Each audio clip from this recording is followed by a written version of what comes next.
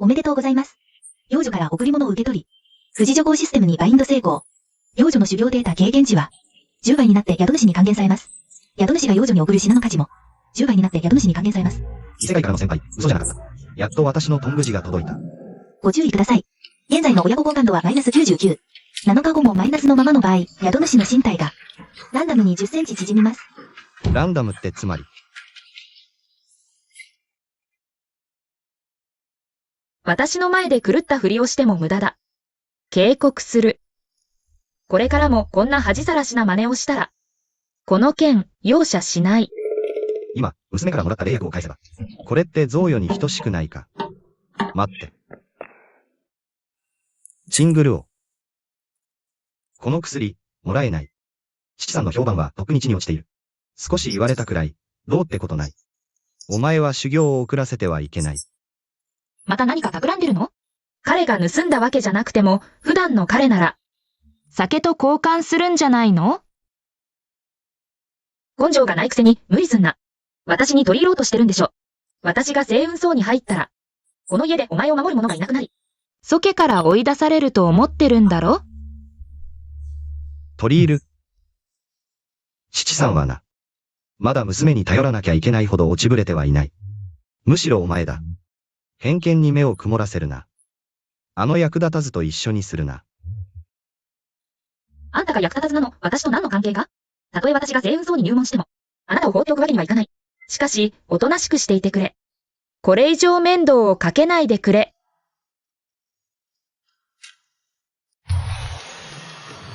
ポスト、贈与完了おめでとう。一回下品潜水弾3粒を贈与。変換防撃レベル銃声アイテム獲得。4回極品潜水弾1粒。システムの言う通り、初心者機関の好感度が低いほど、防撃が激しくなるなら、私の10倍防撃は最大限だ。システム。見せてくれ。今の SU チングルオとの好感度を。バインド対象 SU チングルオ。修行連期6層好感度マイナス95。評価、天才少女がダメ親父に当たってかわいそう。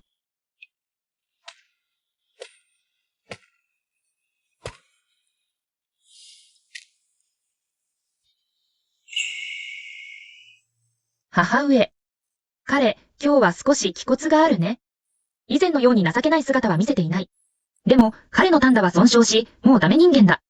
私が行く先は不透明だ。大きな楚か、人心は計りがたい。私がいなければ、彼をいつまで容認できるだろうか。兄貴よ兄貴。お前、自分の妻の生死がわからない。娘はいつも虐げられてきた。なのに、お前は、自分で飲み死んでしまった。本当に情けない奴だ。愛しい娘よ。父を待ってくれ。父が十分強くなったら。お前が今まで受けたすべての苦しみ。父は、倍にして返してやる。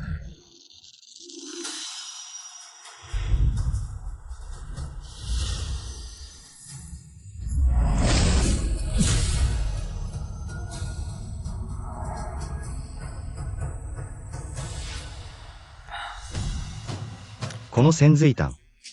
やはり良いものだ。本当に枯渇した短打を修復してくれる。違う。修復だけでなく、むしろ変身のようだ。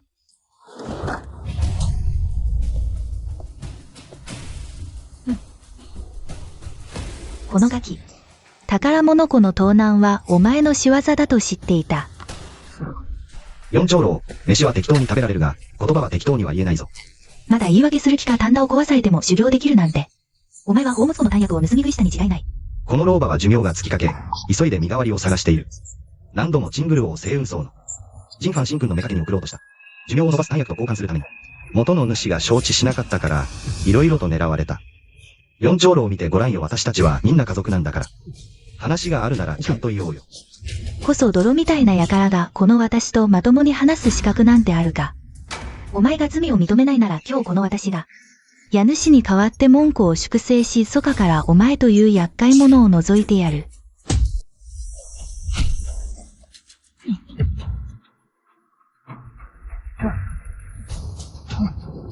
四長老たとえ私を殺したとしても、チングルには前の手が届くはずがない。家主と大長老は愛宕健在だ。彼らが必ず真相を明らかにし私の潔白を証明してくれる。真相？罪人 DMO 翻訳を盗み、逃走中に焦りから心を乱し、丹田が破裂して死亡。死の間際にチングルをこの私に託した。この言い分で十分だろ？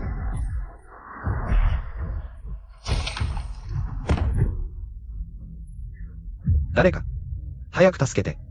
叫べ。もっと叫んでみろ。この庭の周りには私が結界を張ってある。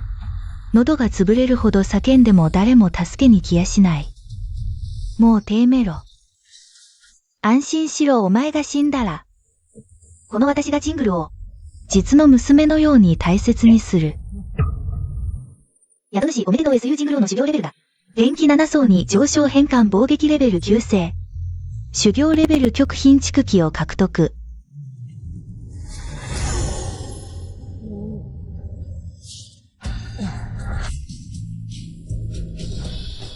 蓄気には、品あり上品蓄気でさえ万人に一人の割合。私が極貧蓄気だなんて娘よ。父さんは本当にお前が大好きだ。お前そんなはずがない。どうして連気一層から一瞬で極貧蓄気に突破できたんだ。ありえない。四長老はちょうど佳境だったのに。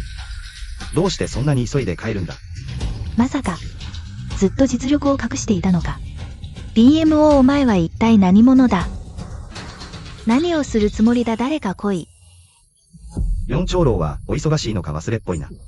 さっきお前が言ったじゃないか、この結界はお前が自ら張ったと。喉が潰れるほど叫んでも誰も助けに来ないと。俺の娘を奪おうとしたのはお前か。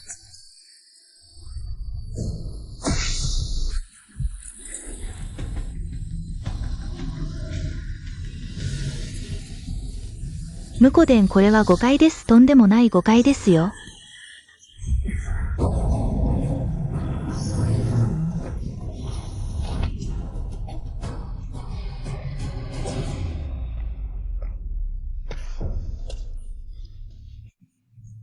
ムコデン、私たちはみんな家族ですから。話せばわかることじゃないですか。家族は仲良くしなきゃいけないですよね。そうです、そうです。そうじゃねえよ。俺は林、お前は、未来お前ごときが俺と同列に語れるか。お前。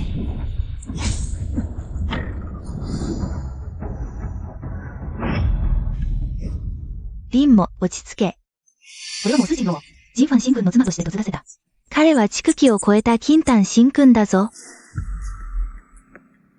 それにスージン王は、お前の身の娘じゃないんだ。彼女は稀な原因霊魂だ。神君と総集すれば神君の修行が進む。魔君を喜ばせれば、今後この珍しい宝物が、お前に回ってこないわけがないだろう。よくも後でなんて言えたな。俺の愛娘をあんな畜生に売り飛ばすなんて、お前は本当に死に値する。リンも、これは天にも昇るほどの幸せだぞ。お前の丹田は損傷してる、筑本までが限界だ。ジンファン神君ならお前の金丹の夢を叶えてくれる。あれが夢を叶えるってか。ジンファンは終戦して100年余り。前後して10数人の同僚が死んでる。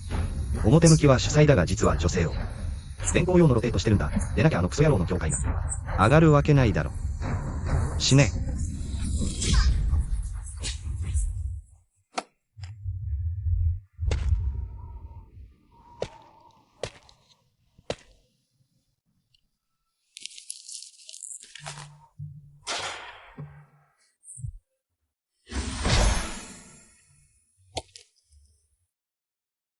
これらの宝物は、すべて祖家のものだろう。軽率に珍老にあげると、殺身の災いを招く恐れがある。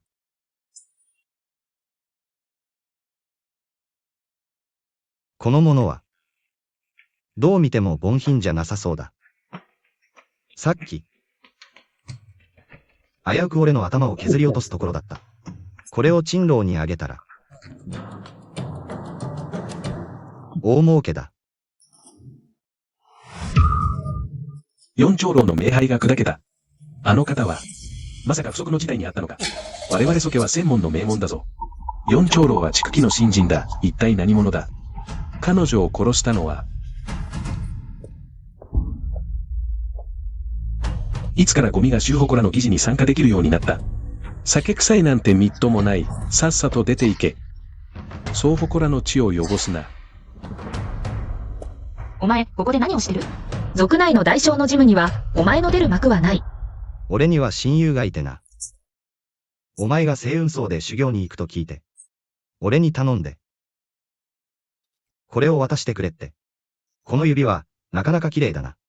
お前によく似合う。持っておけ。彼は普段こういう場を避けて通るのに。今日はわざわざ族人の上昇を犯してまで飛び込んできた。もしかして本当に、ただ私に物を届けるためだけに？私は人から物をタダで受け取るような真似はしません。そのお友達はどこにいらっしゃるの？直接お礼を言いたいんです。もう聞かないで。このものをちゃんと持っていて。彼は名前を残したがらないんです。あなたはもうすぐ星雲荘で修行するんだから。すべてのことを修行に集中すべきだ。余計なことはにも構わないで。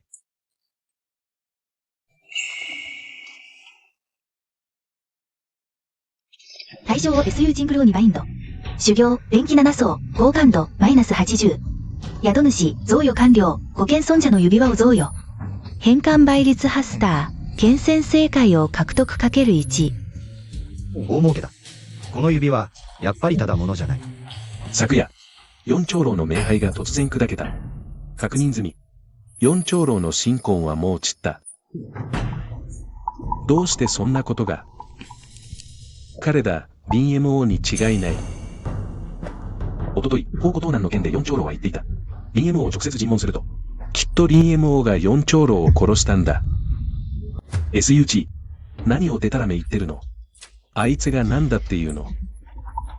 そうだ、BMO なんて電気一層のゴミだ。四長老が指一本で潰せる。誓ってもいい。昨夜、この目で見た四長老が別院に入っていくの。BMO は別院に住んでいる。彼以外に誰がいるっていうの？ SUG、出たらめ言うな、私の父は。彼の修行は電気一層に過ぎない。どうして筑木真人を殺せるんだ？ヒット夫人が失踪する前に、越界殺人の秘宝を残したんだ。賊が隙をついて、四長老を殺した。黙れ。この悪度、何度も私の両親を誹謗するとは。死にたいのか。あいつはもともと食い縁目当てで、ソケに居座ってるゴミだ。ジングルお嬢様。目を覚ましてください。BMO はあなたのジップじゃない。こんなゴミのために、ソカ全体と敵対する必要なんてないです。それに、BMO なんてゴミは、ソケの顔を潰したたとえ彼に暗殺する能力がなくても、こんな奴をソケに残しておくのは、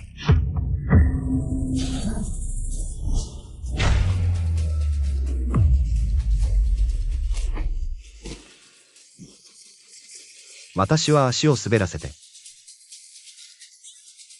この人はどうやら、少し死んでいるようだ。怖がらないで。この家では、弱い者はいじめられるもの。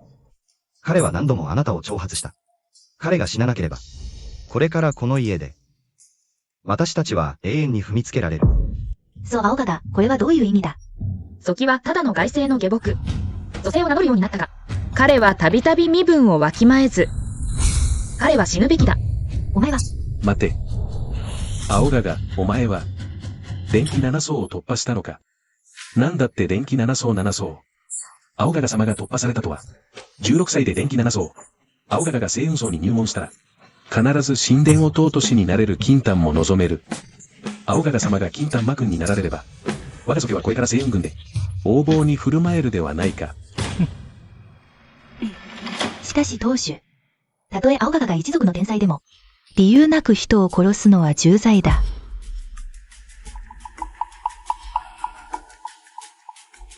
指導で人を殺すのは先祖を軽んじる。そうだな。青ガガに続き100編書き写しを命じる。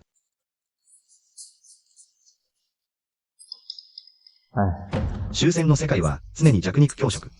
一族の天狂が現れ少し傲慢になるのも、確かに大したことではない。ソキが愚かでなければ、必ず全力で育てるだろう。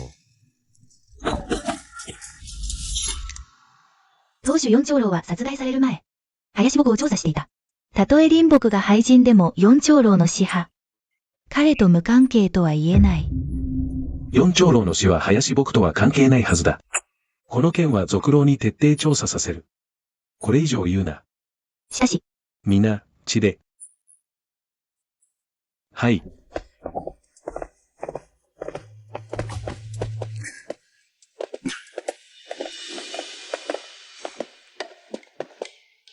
林澄お前は修行が低いが。しかし、見てわかる通り、星雲軍では、もはやチングローにふさわしい者は誰もいない。あなたは彼女のヤブ、昇華との婚約破棄は、あなたが面と向かって話すべきだ。昇華との婚約破棄。そう、破棄だ。チングローはどれほど輝いているか。キアオヤンのような役立たずと一緒にいるわけにはいかない。彼の過去の才能がどんなに高くても。それはもう過去の話。今はただの落ちぶれたもの。この婚約は絶対にチングローを不満にさせてはならない。破棄しなければならない。昇華、落ちぶれた天才、婚約破棄。なんだか耳にしたことがあるような。キアオや青二歳が、30年かと30年火災と体現相互するとは。もし彼が本当に成功するなら、人に役立たずと言われるまで落ちぶれることはない。これは一体どこに連れてこられたんだ。これは婚約破棄者の名シーンじゃないか。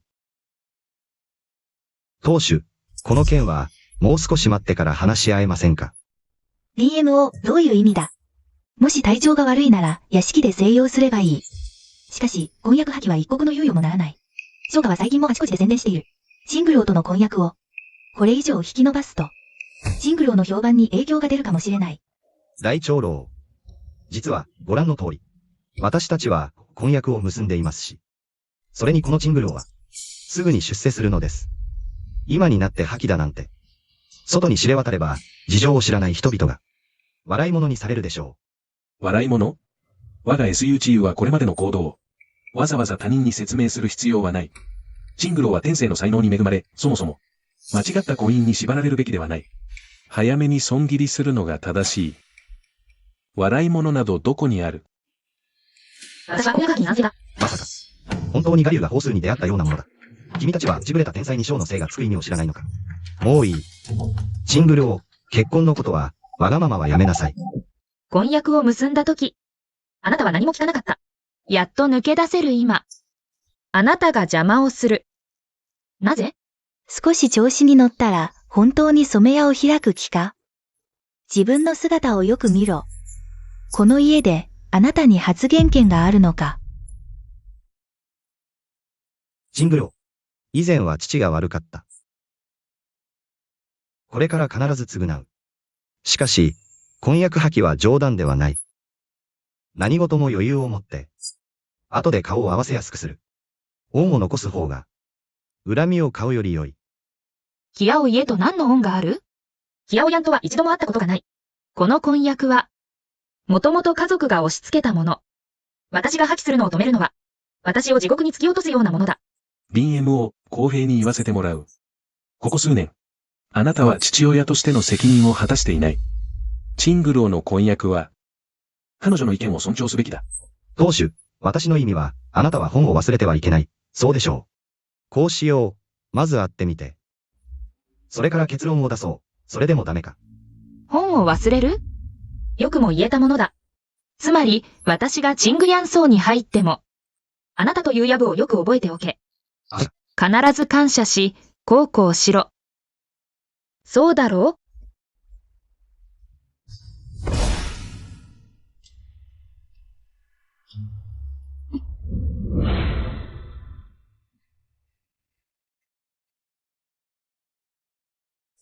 私の結婚は私が決める。あなたの心配は無用だ。違う。その言葉はどういう意味だ？違う。さっきはそういう意味じゃなかった。私が。それなら、明日。私が直接キアオ家へ行く。あなた。時間の無駄だ。違う。あなたたち。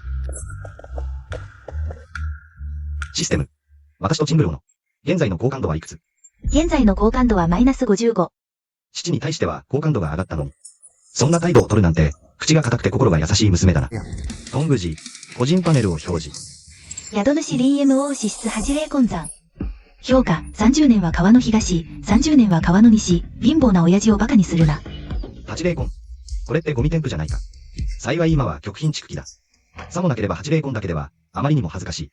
このチングルオが、自分の結婚をどうしても自分で決めたいなら、この異世界から来た大親父に、チート能力を加えて、地元の奴に負けるわけがない。ダメだ。今夜、行ってみよう。あの正家の正君子が、一体何者なのか。ダンラオ。この控え化術はたかが下品人数。大したことないと思うが。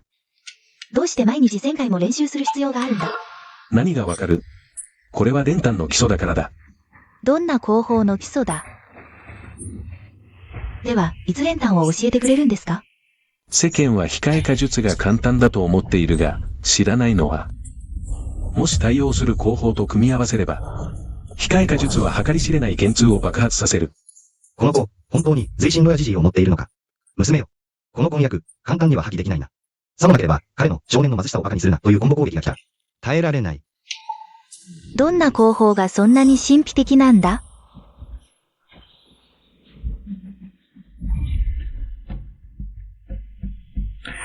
この指輪の文様、私が娘にあげた。謙遜古海とほとんど同じだ。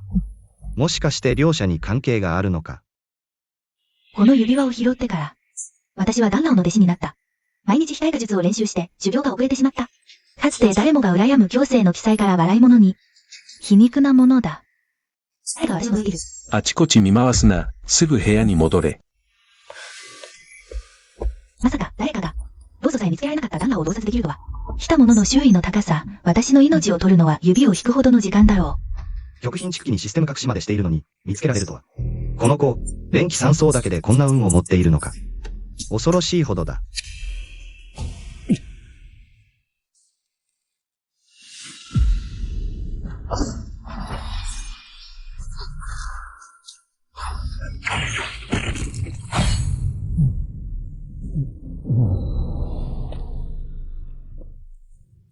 母がくれたこの剣は、ただの盆鉄で作られたものだ。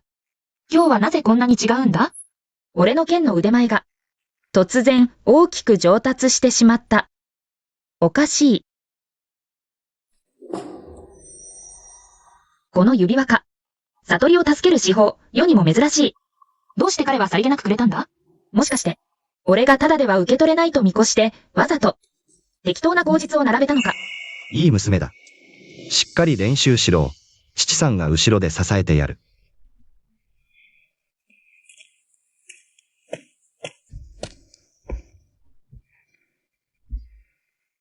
今日は珍しいな、上等な着物に着替えただけでなく、髭も剃った。どこへ宴会に行くんだ？こんなにきちんと身だしなみを整えて。こんなに。かっこいい。目が離せなくなっただろくそ。きちんと水黒いしたら、普段の酔っ払いの姿とはまるで別人だ。う。どこへ行くもんか、商家へついていくだけだ。娘の一生の大事なことなのに、頼りになる年長者がいない。後ろ盾になってやれないから、あの老子供にいじめられるんだ。俺はただ婚約を破棄しに行くだけだ。ついてくる必要はない。勘違いするな。系譜という肩書きをかぶって無理に責任を負う必要はない。チングルオ。商家へ向かう時間だ。正家の人に恥ずかしめられたくなければ、行かないことを勧める。行ったとしても、何の役にも立たない。父さんはな、人の噂なんて気にしたことないんだ。おかしいな、俺たちの悪口言ってるみたいだ。違うだろ。あの芋野郎にそんな度胸あるか。DMO 何しに行くんだ？行っても邪魔になるだけだ。君が一族の決定に同意しないなら、この件には関わらないでくれ。俺が処理する。実はな、彼も一緒に行かせてもいい。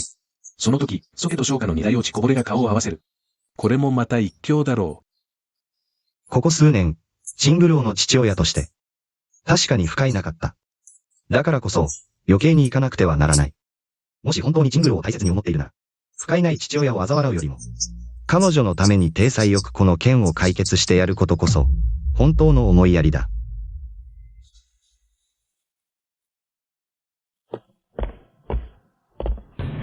蘇慶、蘇長老、正慶。中へどうぞ、どうぞどうぞ。さあ、どうぞ。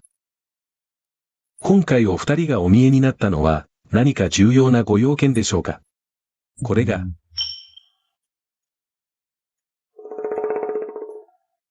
こちらは？小王子、こちらは。家父です。普段は少し人付き合いが苦手でして。林 MO、昇華ご当主に拝謁いたします。この人はなんと窮地の顔をしている林僕。林家。まさか彼はあの一族の末裔なのか。この方は名高い方だ。遊女たちは彼を見ると、実の父親に会ったかのようだ。祖家は名門のはずなのに、なんと、行基一層の役立たずを婿に取ったのか。あの情けない様子を見て。本当にだらしない父兄だ。ご来賓の前で、ひそひそ話とは何事だみっともない。もし私の勘違いでなければ、祖家、今回お越しになったのは、息子と清良城の婚約の件でしょう。実を言うと、数年前、我が家の死んだとあなたの小君子が、婚約を約束したが、少し軽率だったかもしれないでは、あなたは、どうすれば軽率でないと言えるのか。破談だ。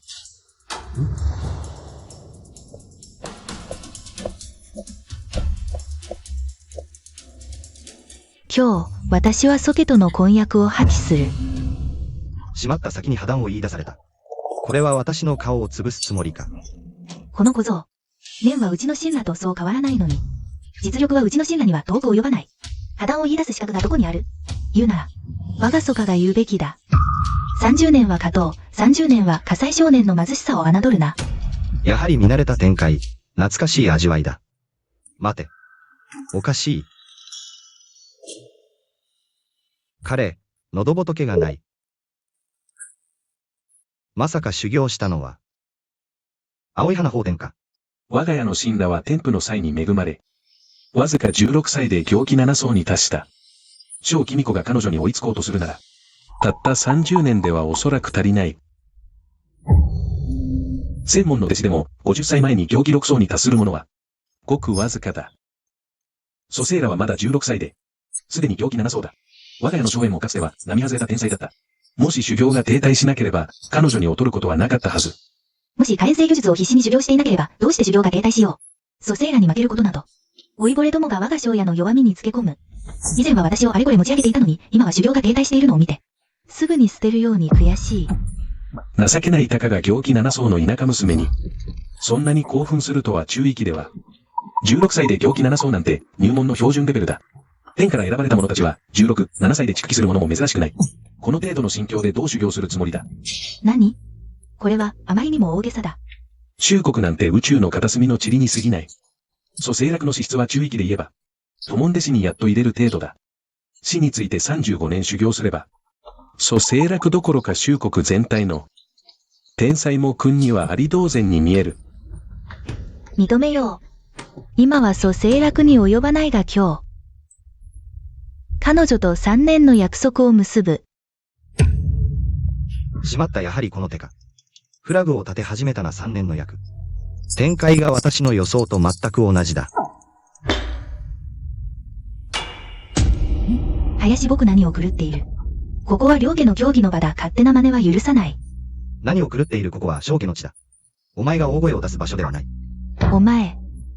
私は清楽の父だ。彼女の人生は、お前たちの駆け引きの道具ではない。清楽は気が強く婚約に縛られたくない。小君子が自分をアピールしたい気持ちもわかる。だが少年の意地も家族の面目も、一人の娘に背負わせ、結果を負わせるべきではない。この賭けは、認めない。もし誰かが、我が家の清楽の未来を賭けにするなら、それは死林僕への敵対行為だ。この誰にも譲らぬ気迫本質を見抜く眼光。強い、彼は本当にあの噂の、酒ばかり飲む無能な婿養子なのか。何をしている。早く降りろ。いや、こうしてはどうか賭けを3年延期に。そうすれば我が家の清楽も、清雲荘で修行に専念できる小君子も、本当に実力があれば証明できる。その時二人で解決させよう。皆さんどうでしょうか。対象者蘇生楽。好感度-35。快感だ娘の好感度をもっとくれ。3年。3年延期。目利き一層の役立たずに。目の前で好き放題させておくのか。鼠径部我が昇華を。舐めているとでも思うのか。愚か者早く降りろ。電気一層のゴミくずめが。ここでふざけるとは、我が庄屋に人がいないとでも思ったか。死にたくなったか。ヒアオヤン、お前は俺の相手にならん。退け。星雲城では誰もが知っている。お前の父親は無能だ。俺に言わせれば、お前も本物の天才とは限らん。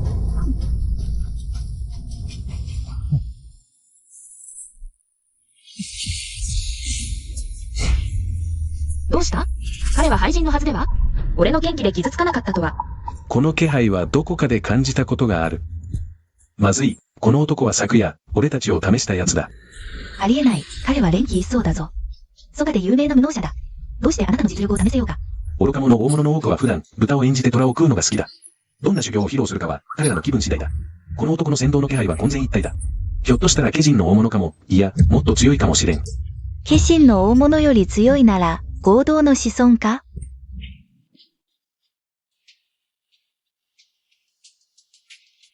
庄貴美子、さっきの提案はいかがですか。まずい、さっきずっと君の指輪を見ていた。明らかに俺を見ていた、このような人物は、見た目ほど単純ではない。彼の意志に逆らうな、ましてや正面から対抗するな。彼の言うことを聞いて、まずは受け入れろ。ヒアオヤン、林先輩のご判断にお任せします。林先輩、彼は一体何をデタラメを言っているのですか？うちのヤン ER は気性が激しく、誰にも服しません。今日はどうしたのですか？庄貴美子、礼には及びません。どうぞお立ちください。手は柔らかく、肌はツヤツヤ、この感触は。少年が持つものではない。娘よ、この婚約者は。実は女装だったのか、面白い。機会を見つけてしっかり探ってみよう。商家が何を企んでいるのか、見てやる。庄貴美子、さっきあなたはチングルオと剣を交えました。ただの若者の意地の張り合いです。しかし修行の道は長く、意地の張り合いだけでは、全く意味がありません。そしてあなた方二人は、この婚約に縛られてはいけません。3年後、チングルオが修行を成し遂げ、庄貴美子も十分に実力を証明できるでしょう。その時には、二人に自分で決めさせましょう。縁の行方、結ばれるか別れるかは、すべて彼らの気持ち次第です。こうすれば、商家の面目も立ち、チングルオも守られます。二人の修行の邪魔にもなりません。この提案は、今、皆さんが顔を真っ赤にして争い、仇同士になるより、ずっと妥当ではありませんか。この人の風格を見ると、どうやら林家の後継者のようだ。御言語で簡単に矛盾を解消できる。残念ながら、彼は修行が足りず、大した器にはなれないだろう。ヤン ER がすでに同意している以上、この件はこれで決まりだ。お二人のご意向はいかが？ DMO のやつが、普段は頼りないが、いざという時には役に立つと花。よし、よし。ありえない。我が蘇我は一度言ったことは必ず実行する。婚約破棄はすでに決まったこと。簡単に変えられるものか。彼は我が蘇家の婿養子に過ぎず、ただの役立たずだ。私。蘇家の主導権を握る資格などない。主に、主の母、ことでしく苦しめたの。このばあさんがあざわざ出てきて邪魔をする。ことが大きくなるのを恐れないのか。もういい。まずこの剣を収めよう。絶対に彼女にチングルオの修行の未来を台無しにさせてはならない。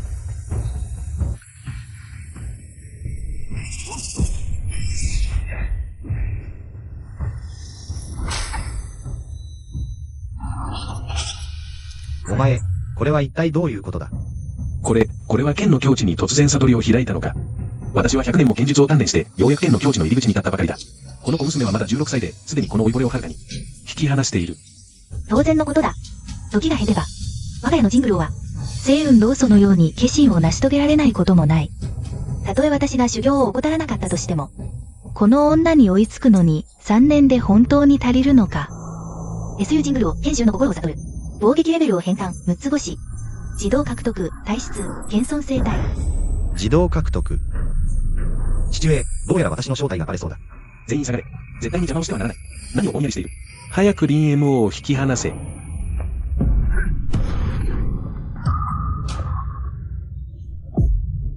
この不届き者め。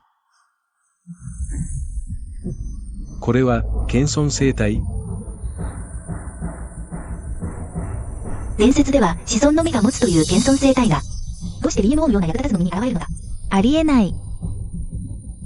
やはりこの方は非凡な方だと知っていた。おそらく祖家の先祖が、この先輩に恩を施したのであろう。恩返しのため、先輩は婿養子という身分を借りて、属性で心を鍛えていたのだ。今、生態が完成し、功徳も円満。これは天が与えた大いなる起源だ。父上、申し訳ございません。私の力不足で、商家の面目を立てようとしたのに、今や DMO は子孫生態となり、SU ジングローは敬意の原型を凝らし、私は何も持たず、かえって商家を笑い物にしてしまった。私が不甲斐なく、父上を失望させてしまいました。この先輩は誰だ？父上？どうして輝いているんだ？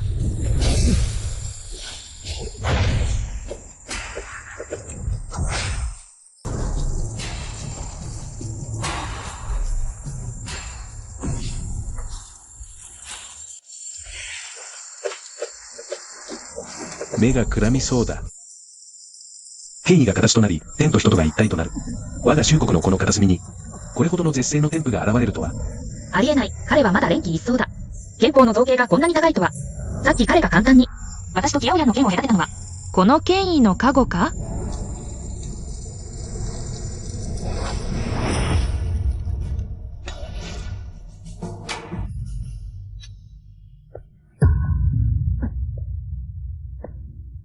？DMO。何をするつもりだ？大長老。チングルオは、のリン MO の娘だ。彼女の終身の大事は、他人がとやかく言うことではない。今から。彼女の根治は私がすべて決める。異議はあるか？あなた。以前はみんなが彼を無能な婿養子とあざけっていた。私は密かに彼が頼りないと愚痴っていた。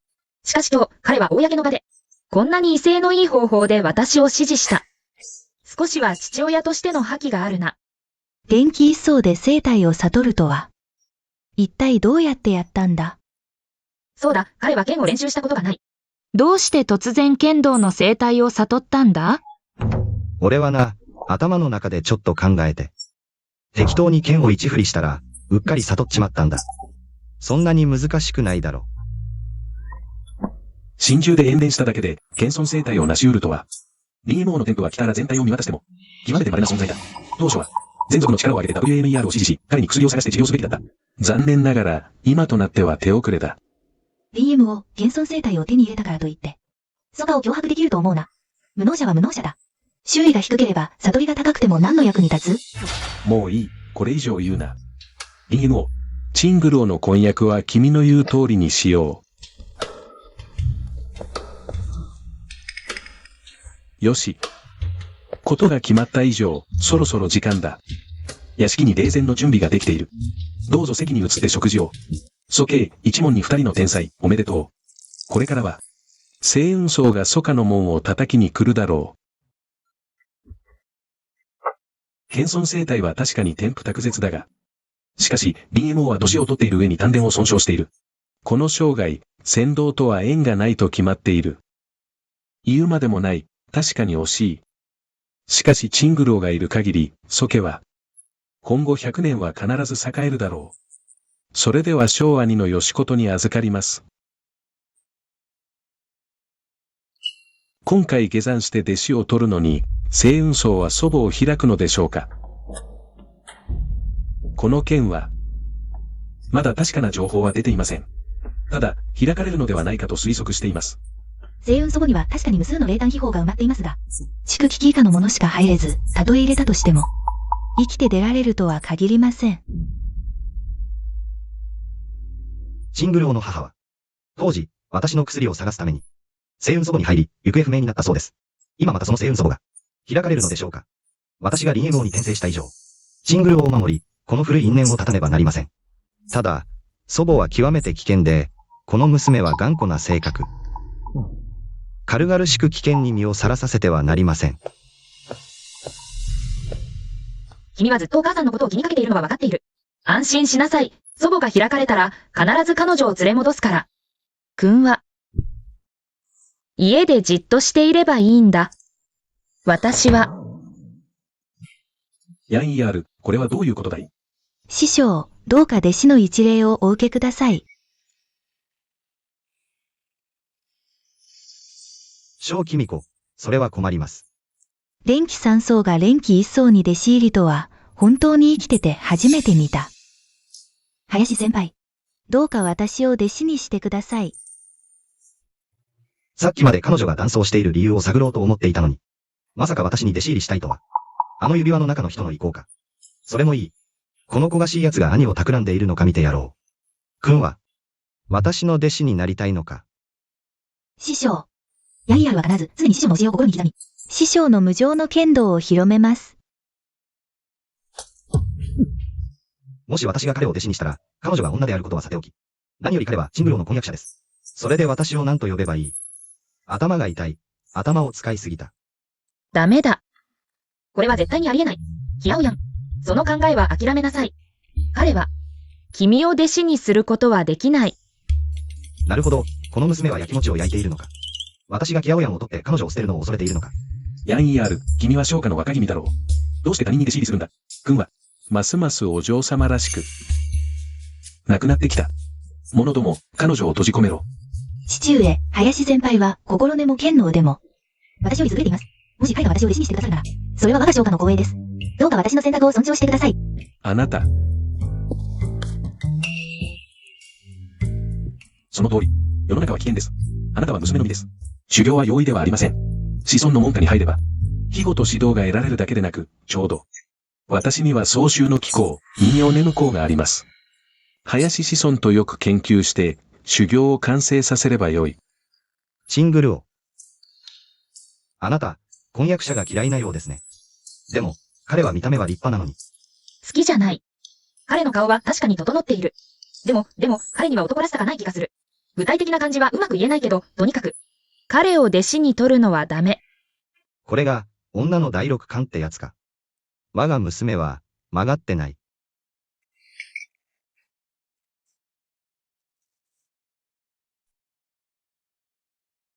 キヤオヤンを無理に弟子にしたら、娘との親密度が急落するかもしれない。関係はもう十分にややこしい。ならば、徹底的にややこしくしよう。小君子。私は修行が浅く、あなたに教えられるものは何もありません。こうしましょう。あなたはチングル王に指示しては、どうですか？ふざけるな、DMO。キヤオヤンは商家の若主です。どうしてチングローに指示できるものか。いいわよ。小君子は私に指示して。師として必ず。すべてを授けましょう。間違いない。これはきっと先輩からの試練だ。彼があの娘をそんなに重視している。あなたが彼女に指示さえすれば、きっと子孫の目に留まる。チングル王子孫、拝謁いたします。あなた、本気なの？厚かましい。チングル王、何をぼんやりしている。このお茶を受け取れば、二人は師弟関係だ。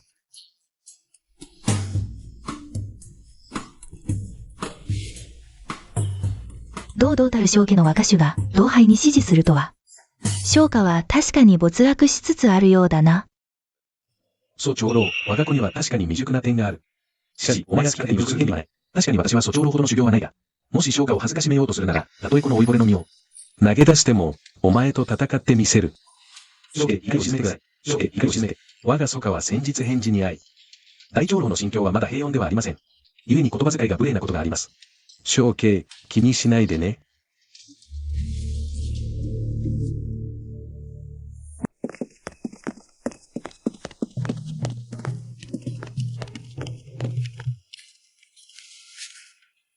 チングル王、まずは家の主と一緒に帰りなさい。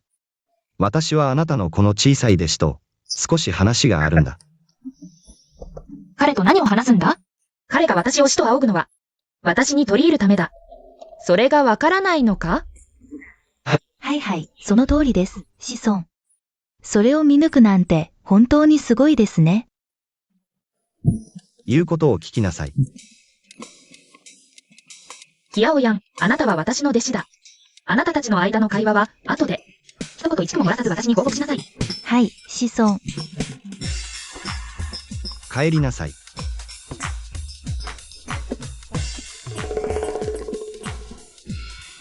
小娘、まだ何か言いたいことがあるのか？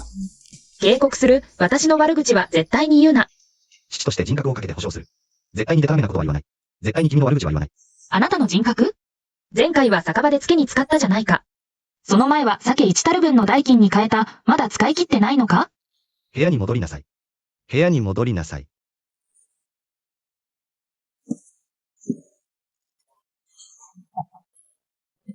いけいけ。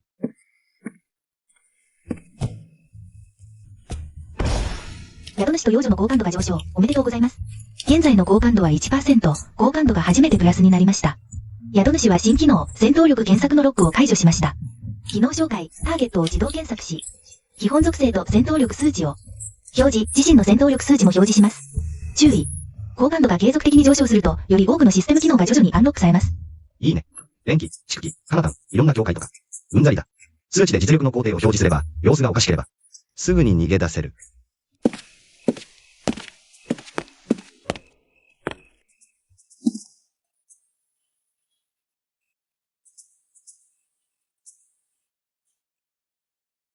終戦会は誰もが拳を信奉し、そもそも生理的常識に欠けている。それにこのキヤオヤンは理想がとてもうまい。それに飛行場みたいで、よく見ないと。本当に男か女かわからない。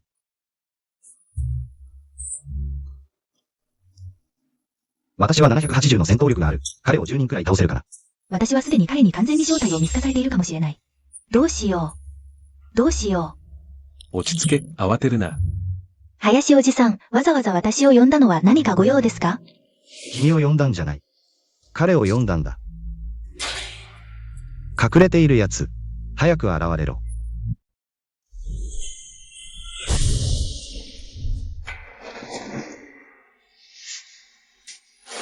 ダンチェンジ、子孫にご挨拶申し上げます。私は残魂の体ではありますが、先導の威圧はまだ残っています。元キイカなら確実に肝を潰す。彼が本物の子孫かどうか、見極めてやる。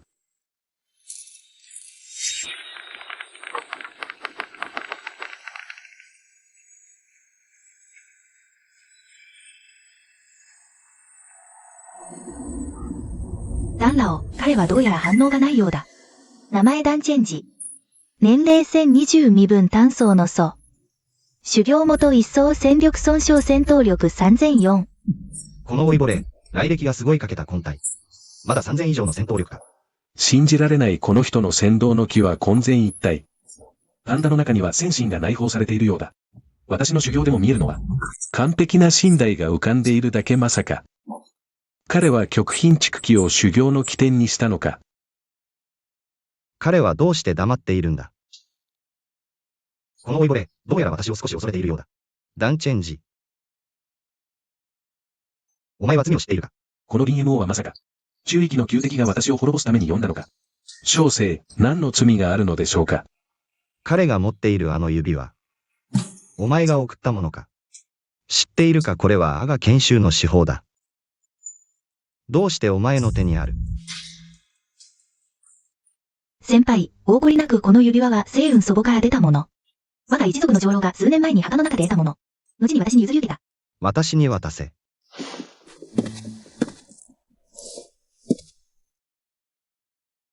この指輪は私が愛娘に送ったものと。模様が少し違うどちらも星雲祖母から出たものだろう。しかし星雲老祖は神木の宗師と言われている。どうして子孫の秘宝があるのか。確かにこの指輪は確かに我が研修の手法です。先輩が手法を取り戻されたのは本当に良かったです。お前はどうした？なぜ？我が研修の秘宝の中に隠れている。末輩本当にやむを得ずこの下策に出ました。先輩、お許しください。ダンラオは当年、死闘で重傷を負い大墓を通りかかった。この指輪が神魂を応用できると発見した。故にやむを得ずここに寄りするしかなかった。許可なく我が研修の司法に住み着いたお前は。キヤオヤン。いえ。私は彼に家賃を払わせるべきか。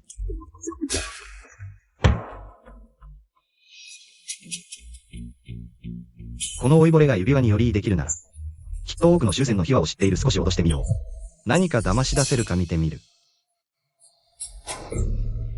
先輩、冗談を。ダンラオもやむを得ず指輪に身を寄せているだけです。わざと失礼したわけではありません。もし先輩がお許しくださるなら、この商家が秘蔵する修行資源でお詫びいたします。どうかダンラオをお咎めにならないでください。では、彼にいくら家賃を払わせるべきだと思いますか？恨みは恨みを持つ者に、賢秀の秘宝は、星雲荘が大墓に隠したのです。先輩はまず、星雲荘を探すべきだと思います。くそ、この娘は確かに賢い。正面から戦うのは無理と分かっている。なんと私をそそのかして星雲荘と戦わせようとする。これを借りて虎をます。この手を彼女はよく分かっている。あの老いぼれを助けただけでなく、私の手を借りて。もしかしたらあるかもしれない仇を撃とうとする。面白い。その通りだ。ならばこの指輪は君と縁がある。しばらく君に預けておこう。ありがとうございます、先輩。この星雲荘、許しがたい。3年前。我が同僚の祖師があの墓で行方不明になった。君はあの墓に深く入ったことがあると言った。おそらく。あの場所に詳しいのだろう。確かに知っています。しかし3年前、星雲の祖師は当時、墓が化身に過ぎません。先輩のご修行では、どうして自分の女を失くすことができたのですか？お前。元踊り寺このものを利用して妻を探そうとしたが、まさか。1000年も生きた化け物は、簡単には騙せないとは。本当に愚かだ。この星雲古母は、身が思っているほど単純ではない。私でさえ軽々しく手を出せない。ましてや。我が研修の秘宝もその中にある。君は。これが合理的だと思うか？確かに理にかなっていません。おっしゃるのは、この星雲荘。上に人がいるということですか？その通り。この星雲古母には確かに怪しい点がある。しかし。もう少し時が経てば、この古母は開かれる。その時。私は必ず行く。もし君がその中で私の妻を見つけてくれたら。私は君の肉体を再構築してやろう。小道、子孫に感謝いたします。兄貴。兄貴。こんな夜遅くに。何の急用で私に会いたいのか？すでに DMO の住居を探ってきました。中には確かに戦闘の痕跡があり、4弟はおそらく DMO に殺されたのです。電気一層がどうして畜鬼を殺せるというのか。兄貴は知っている。君はずっと DMO に偏見を持っている。しかし彼は今日、我が祖家の顔を立ててくれた。それに彼はチングローの父親だ。それに、4番はずっと密かに、星雲荘のジンファンに取り入ってる。これは秘密でもないわジンファンのあいつ。冷酷非道で敵だらけひょっとしたら。誰かが彼を疎ましく思って、手が出せず4番を殺して憂さ晴らししたのかも。兄さん何言ってるの？電気一層で。現存生態を成し遂げたこと自体、不気味だと思わない？彼はわざと実力を隠してる。DMO のタンダは実は傷ついてなかったんじゃないか。祖家に婿入りするために実力を隠したんだ。でもなぜ実力を隠す必要が？兄さん DMO の本当の出自を忘れたの？林家は一夜で滅ぼされたもし黒幕が知ったら、DMO が林家の生き残りだと、私たちまで巻き込まれないか心配よ。じゃあどうするつもり4番が DMO に殺されたかどうか。機会を見つけて試せばわかる。物を送り続ければ償えると思わないで。出費は節約しなさい。私が蘇家にいなくなったら、あなたを守る人がいないいざという時、お金で安全を買えるように。つまりもう私の安全を。心配し始めたんだね。そんなことないわ。他人の前で恥をかかないか心配なの。蘇家の面目が潰れるから。安心して本当に危険にあったら。父さんの土下座の速さは天下一品だ。消去を許してください、わざとじゃないんです。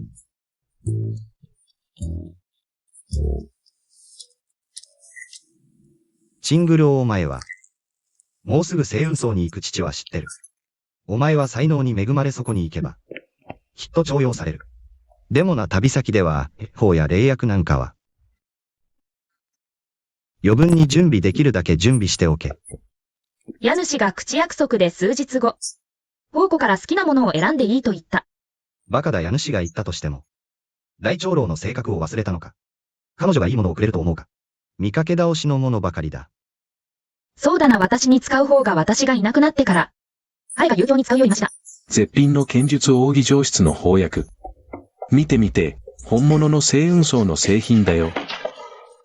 値段は公正で、老若男女を語らない本当に星雲荘のようだ。流れ出たもの。絵には星雲荘の刻印もある、これも高すぎる。中級のほうき一つで、なんと400霊石もする。剣術奥義がある最近剣の境地を悟ったばかりで、ちょうど。適した憲法人数が足りない。行こう。見に行ってみよう。ちょっとどいてさあさあ。本当に星雲荘のマークがある。星雲荘の術法は決して他には伝わらない、その二人は。どうして星雲荘のものを持っているのか、もしかしてどこの墓から掘り出してきたのか。欲しいなら、お父さんって呼んでみて。買いたくなければ買わなくていい、そんなに欲しくない。わかった。お父さんが買ってあげるから。お客様は本当に目が高いですね。これは星雲荘の門外不出の秘伝で、価値は500枚の霊石。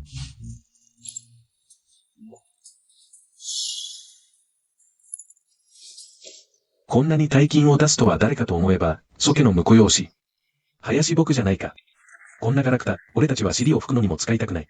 彼が500霊石で買うなんて、本当に金持ちだな。普段は少しの酒代でさえ、人と口論するくせに。今は私のためにこんなに多くの霊石を出してくれるなんて。彼は本当に変わったんだ。本当に私のことを気にかけているんだ。紐付き大将層青加賀。修行連期7層高感度19。ほら、この小僧め。こっそりと、また父に感動させられて。金があるのはいいものだ。買い物に弱い女の子はいない。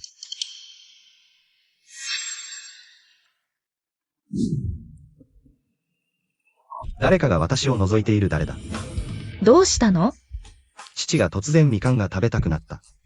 あそこに売っているみたいだ。ここで待っていなさい。動かないで。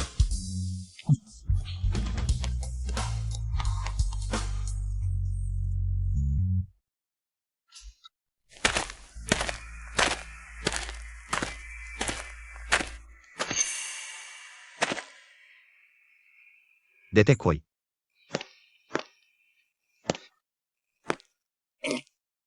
誰かが追跡していると知っていて、こんな場所に来るとは。度胸がある。なるほど、お二人でしたか。何かご用ですか。別に用はない。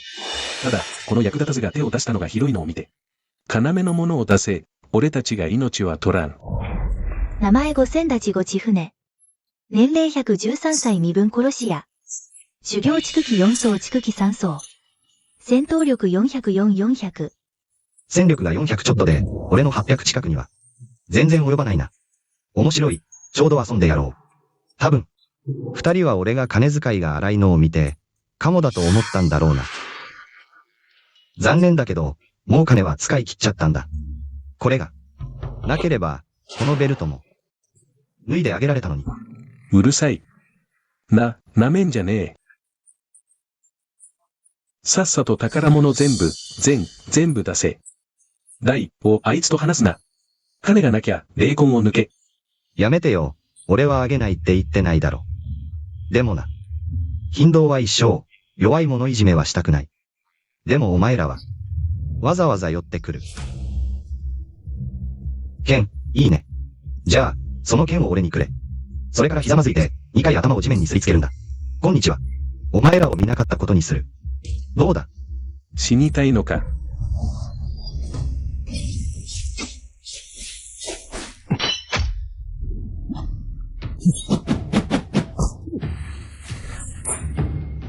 剣、いいね。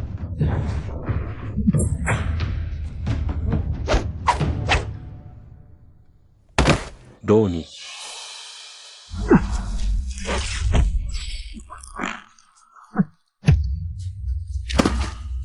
残酷すぎる。二人の地区機の強者が束になっても、一撃にも耐えられないなんて、こいつ。少なくとも金丹巻くんだ。なのに毎日、電気一層を装っていた。蘇家全体が、BMO に騙されていたんだ。男の口は嘘つき、俺は本当に。彼が早く帰ってくると信じていた。まあいい。こんな頼りない奴に気を取られる価値はない。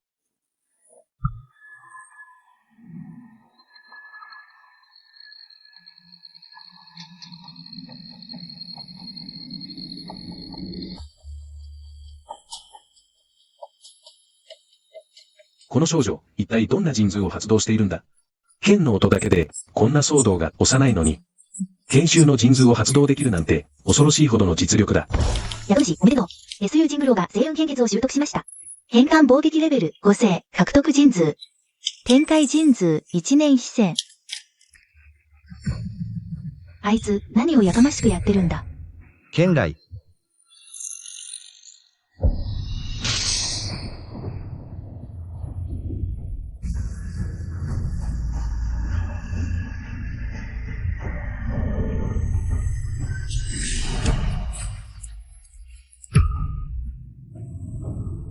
展開献血、合同以上の子孫にしか、習得資格のない神通だ。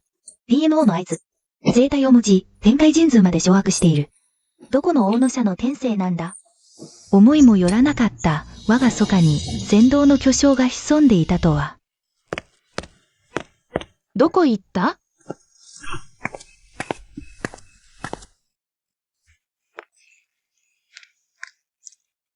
チングルオ。なんでここに来たの？林さん、あなたの言葉のどこが本当なの？買い物に行くって言ったじゃない？買ったものは？ごまかそうとしないで、一体どこに行ってたの？場外で戦いがあるって聞いて。見物に行ってたんだ。嘘ばっかり。やっぱり私は、あなたに現実離れした期待を抱くべきじゃなかった。もう改心したのかと思ったのに、今になっても。2回被験。これ、私に？バカな子、お前にあげるんだよ。2回陽気炭。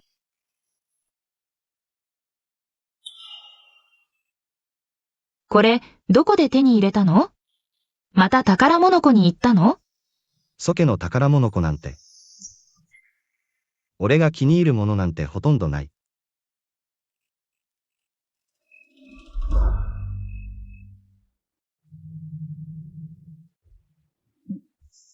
怪我したの？検体で守ってるんじゃなかったの？擦り傷程度だ。お前こそ、これから旅に出るんだから。使いやすい新兵がなくてどうする？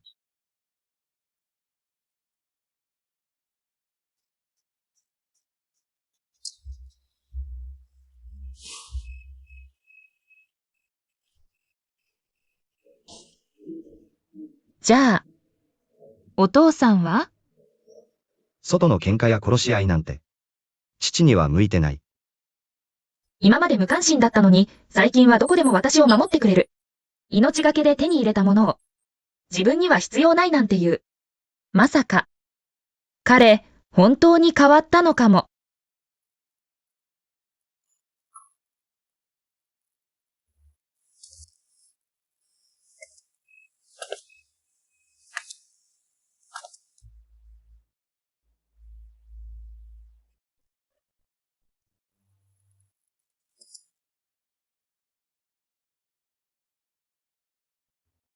ありがと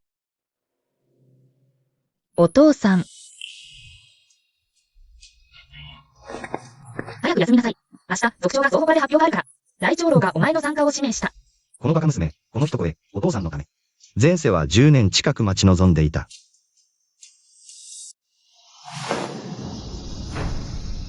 宿主、贈与完了おめでとう。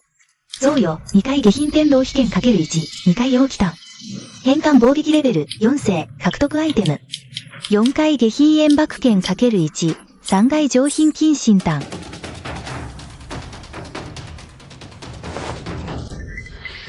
なんで攻撃4制しかないの？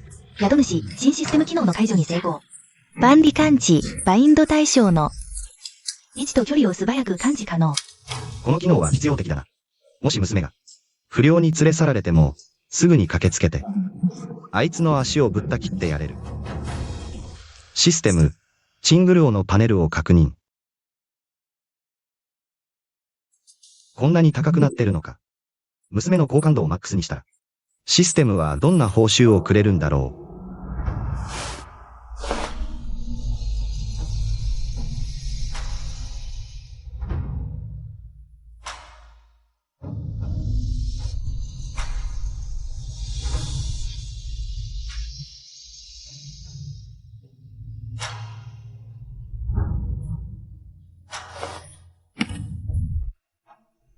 一晩で参照境界アップ。このシステムの短訳。やっぱりすごい。システム、個人パネルを確認。今なら越級戦闘も問題ない。金丹への昇格は簡単だけど、星雲祖母は、金丹未満しか入れない。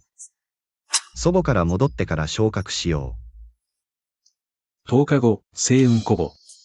星雲軍13条で同時に解放される。我が祖家には10の枠がある10人だ。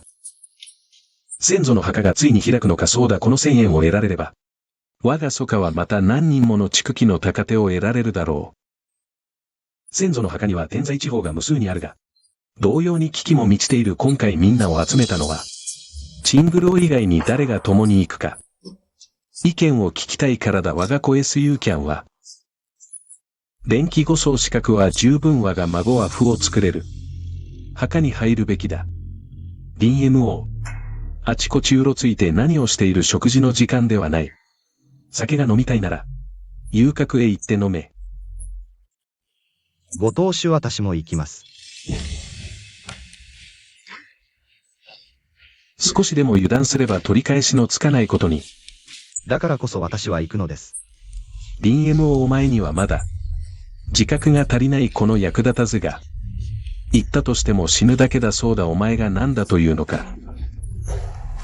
後藤主婦はでたらめを言っているだけです。酔っ払っています。チングル大人の話に子供が口を挟むな。DMO 行くというのか。私。あの程度の実力で入ろうだなんて。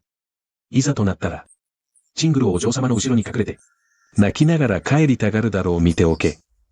大長老が口を開いた以上きっと何か、仕返しを考えているに違いない。3年前 WANER が私の薬を探すために、この星雲の先祖の墓に入り消えてしまった。彼女の夫として傍観するわけにはいかない。私は祖家の婿養子だが命を懸けてでも行くべきだ。この祖家のためであれ。チングルオのためであれ。私は必ず1000円を持ち帰らねばならない。祖祖さん邪魔をしないで。この星雲祖母の危険さは、私にも予測がつかない。あなたが言っても、枠を無駄にするだけ。それに、大長老も同意しないだろう。綺麗事は誰でも言える。あの芝居が勝った様子を見ろ。忠誠心を見せびらかしているだけだ。誰もこの役立たずが行くことに同意しないと踏んでいるのだ。誰が同意しないと言った。よし言うぞ。これこそ我が祖家の男児。あるべき責任感だ。ご当主 DMO には十分な資格があります。よしよしってなんだよ。俺はもう覚悟を決めてる。実力を隠す準備をしてたのに。この老婆はどうしたんだ。俺の味方をするなんて。今回の旅は遊びじゃない。大長老本当に。林僕が祖家を代表して古母に入る資格があると。一言一言が本心だ。反対です。父はただの普通の連危機です。祖母に入るのは死を意味します。ましてや。大長老はいつも父を祖家の恥とみなしてきました。今になってわざと持ち上げるのは明らかに罠です。ご当主ご明察を。もし私が本当に婿殿を殺そうと思ったら、どうして大墓が開くのを待つでしょうか。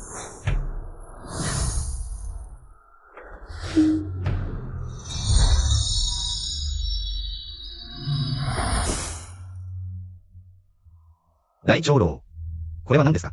これは七後方玉という君が一つ持っていけ。私が一つ外で持つ大墓で危険にあったら、いつでも戻ってこられる。七後方玉。これは合同子孫でなければ作れない宝物だ。祖家全体や、星雲軍全体でこれ一組だけこんな宝物を、大長老無能者の命を守るために送るなんて、どうしてこうなったんだ？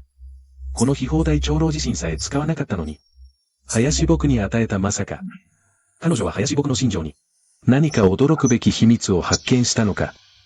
みんな見る目がない愚か者だ。天界神通を掌握できる。転生者などただものではない。星雲層の宗主どころか星雲老祖が来たとしても、残ひざまず牛拝しなければならない。今のうちに投資しておけば大儲けだ。それならば10日後、林僕も同行せよ。投手感謝します。星雲古母、チングヤンジの座下の地である。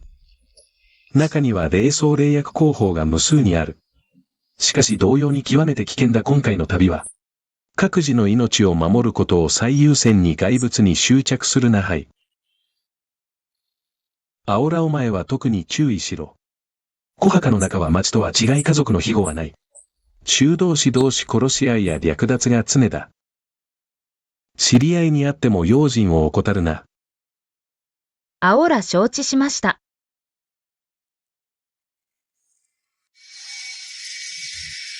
二級方法を移動手段に使うさすがは星雲衆。このような派手さだ。見て付き添いの者さえ筑機器の修道士だ。中国全土を見渡しても筑機器の修士を。従者として使えるのは星雲層以外にいるだろうか。星雲城士、ようこそ。我が名はジンファン。今回星雲城に降り立ったのは、一つには宗門の命により、星雲古墓を開き、二つには仙衆が弟子を選抜するため、優れた人材を選び育てる。お前たちの中に、SU チングローというものはいるか？来たな、この老いぼれめ。祖家の四長老と結託して、我が娘に手を出そうとは、死に急ぎか。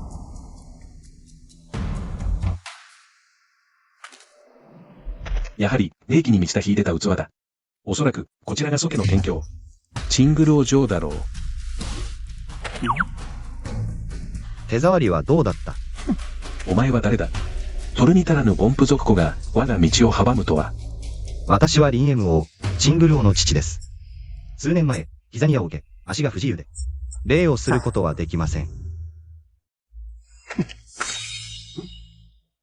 お前はまたなんだ？死に損ないの無罪で、我が道を阻むとは。私は彼女、SU チングル王の婚約者だ。私のものにお前が触れる権利はない。調子に乗るな。お前はただの弟子だ。婚約者。私が認めるまでは、ただの弟子でいるがいい。誰がお前の認証が必要だ。林おじさんの認めさえあれば十分だ。私は林おじさんの言うことだけを聞く。弟子よ、自分の立場をよくわきまえろ。婚約者。林おじさんの前でもう一度言ってみろ。弟子。婚約者。弟子。婚約者。弟子。婚約者。弟子。婚約者。弟子。さあさあ、見ろよ。みんな家族同然じゃないか。喧嘩はよせ。もういい。我が前で黙れ。この SU チングルを猫背が純粋無垢で、まさに万年に一度の頂点のかなえ。もし彼女を連成できれば、我が総集信仰は必ず大成する。しかし、この BMO、見た目は普通だが、その気配は異様に重厚だ。普通の山の村人ではない。そしてこの飛び出してきた小僧も、霊気の波動が妙に怪しい。今すぐ手を出せば、思わぬ仕様を生むかも。どうやらじっくり計画を練る必要がありそうだ。この老いぼれ、よだれが垂れそうだぜ。ドングジ、彼のステータスを確認。名前ジンファン。年齢158歳。身分星雲層内までし修行金丹一層。戦闘力2222。評価総集の邪法を収め、動機が不安定。極貧霊魂が緊急に必要。老いぼれ、娘に手を出すな。出てきたら、遊び尽くしてやる。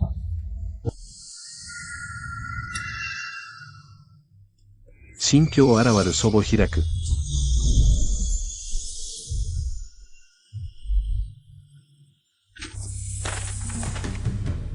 この祖母の入り口、なんと空にある。同天秘境、化身の大野だけが開ける。母上。待ってて。祖母は単独行動のみ、組んで入る者は、自動的に分離される。修行最高者。優先的に祖母に入れる。父上、心配なのはわかるけど、入っちゃダメ。チングル王。この祖母は危険だ。父上が娘を危険にさらすわけにはいかない。父上、危険だからこそ、言っちゃダメ。ついてくると、私が父上を守るのに気を取られる。外で待ってて、私が母上を助けに行く。この娘、父のことを心配してるのか。父がそんな弱かったらとっくに死んでる。まあいい。先に入らせよう。システムで追跡できる。入ったらこっそりついていけばいい。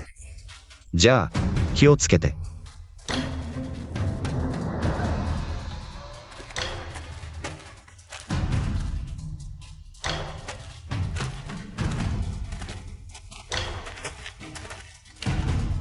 ヤン ER、入ったら絶対に気をつけて。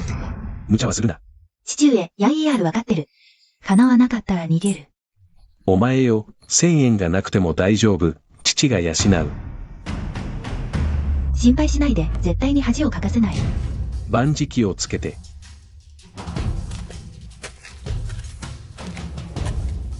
親心は哀れなものだな。でもチングルを、安心して、今回は。父は絶対に失望させない。あいつ、どうかしてる。そんなに急いで死にに行くのか。ついていかないって言ったのに。ジンファン上司がジングローに目をつけたのは、ソケの幸運だ。このバカがさっき図に乗って、上司に嫌な顔をした。お前ら、何グズグズしてる。大長老、BMO の小僧、死に急ぎだ。どうしてもついていくって、中に入ったら、きっと俺たちに迷惑かける。無礼者。ご主人様の力なら、どんな宝物だって手に入る。お前らが、とやかくいう筋合いはない。まさか、大長老が、以前は彼をろくにもしなかったのに、この2日間、まるで実の息子を見るような目で、見つめているじゃないか。お婿様。中に入ったら、くれぐれも気をつけてください。宝玉の半分はソケにあります。何か困ったことがあったら、すぐに転送で戻ってきてください。この女、態度がここまで表現するなんて。一体何を企んでいるんだ。まさか、若い牛を食おうってのか。行ってきます。くれぐれも気をつけて。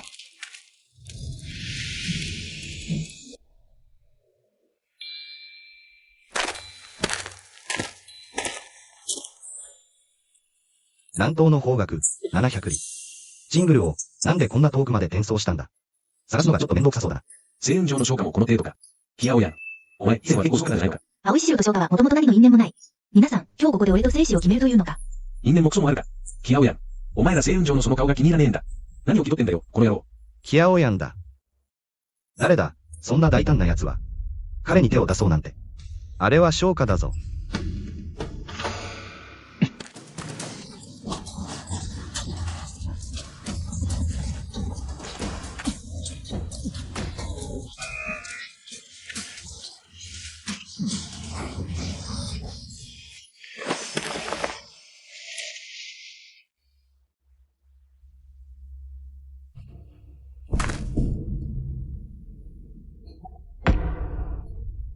星雲上の昇華の後継ぎが、なんと女だったと花。これが世間に知れたら、笑い物になるぜ。シハオ、俺を殺す気か。昇華は、必ずやこの青石城を草木も生えぬようにしてやる。何を怖がってる。祖母の中には、高手は入れないんだ。奴の魂ごと滅ぼしてしまえば、俺たちがやったとは誰にもわからん。そうだ。星雲上はここ数年、大極まりない。俺たちのような従属する小都市を好き勝手に恥ずかしめてやがる。今日は昇華の後継ぎを殺して、代償を払わせてやる。待て。殺す前に、まず色仕掛けをさせてもらうぜ。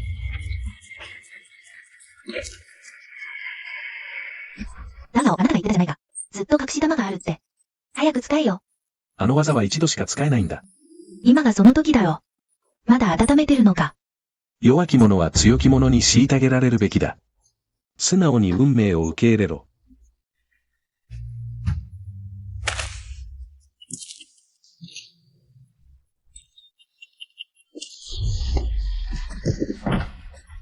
その言葉、すごく気に入ったよ。強き者が弱き者を虐げられないなら、強くなる意味なんてないだろう。林の先輩。誰だ？俺が用を足してるの見えないのか。BMO。BMO、お前の一族の勢力は強いのか。じゃあ、お前の一族には、筑基の強者が鎮座しているのか。あわは、俺がそんな草の郎と知り合いかよ。BMO、お前、ここで大根ぶりやがって。知ってるよ、これは祖家の有名な。無能な婿養子だろ。このコウジジイは思い出した。彼には娘がいて、名前は、エスユジノと言うんだけ。すごく白くて水踊りじしい娘だ。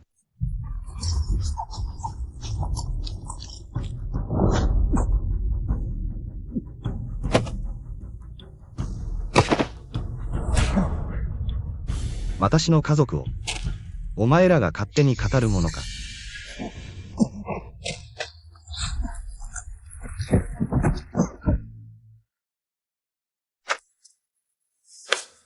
大丈夫か。ヤン ER、林おじ、お助けいただきありがとうございます。見間違えたか、実は飛行場じゃなかったな。林おじ、何とおっしゃいました？言ったのは、お前、奥深く隠していたな。さっき林子孫は手を挙げるだけでこんなに多くの人を滅ぼした。しかし、マキが少しも漏れていない、きっとジョーコの大衆の転生だ。ヤン ER、林子孫のようなものは、将来、必ず戦力が無数にいる、もしできれば、早く彼の部屋に迎え入れられよう、たとえ名分がなくても。この関係さえあれば、我々指定はきっと、成果を収められる、手早くやれ。黙れ。お前は以前、ここにいるのはみんなゴミだって言ってただろ。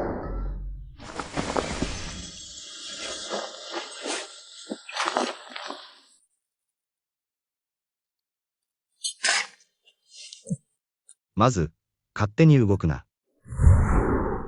経絡が損傷している。内臓が破裂している。これはまずい。これらはすべて私に見える。教えてくれ。今、どうすればいい？私に一つの方法がある。言うと子孫に失礼になるかも。ここで時間を引き延ばすな。早く教えろ。若輩、ここにちょうど一つの総集機構がある。お二人が引用を結合すれば、傷は自然に治る。いや、私は嫌だ。何が嫌だ？子孫の人柄なら、見殺しにはしない、弟子よ、言うことを聞け。彼は SU ジングローの父親だ。SU ジングローは私の子孫だ。彼女は私の婚約者だ。いつになったら人命がかかっている。子孫、礼儀に関わらないで。早く人を救うのが大事だ。おかしいな。どうも私をもてあそんでいる気がする。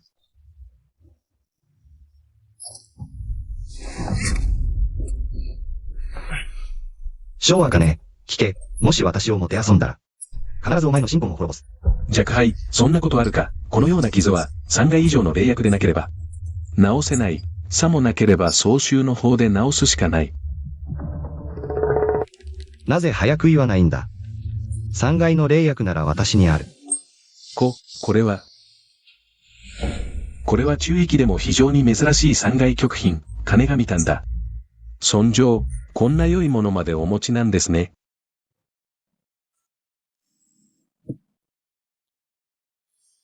始まったの？もう終わったよ。終わりました。これだけ？私の傷は確かに全開した。修行も少し向上したが、どうしてこんなに早いんだ？先輩、ご安心ください。この件は絶対に他には話しません。青らし存にも一言も言いません。いいよ。じゃあこれからは、お互い別々に呼び合おう。彼女があなたを弟子と呼び、あなたが彼女を娘と呼ぶんだ。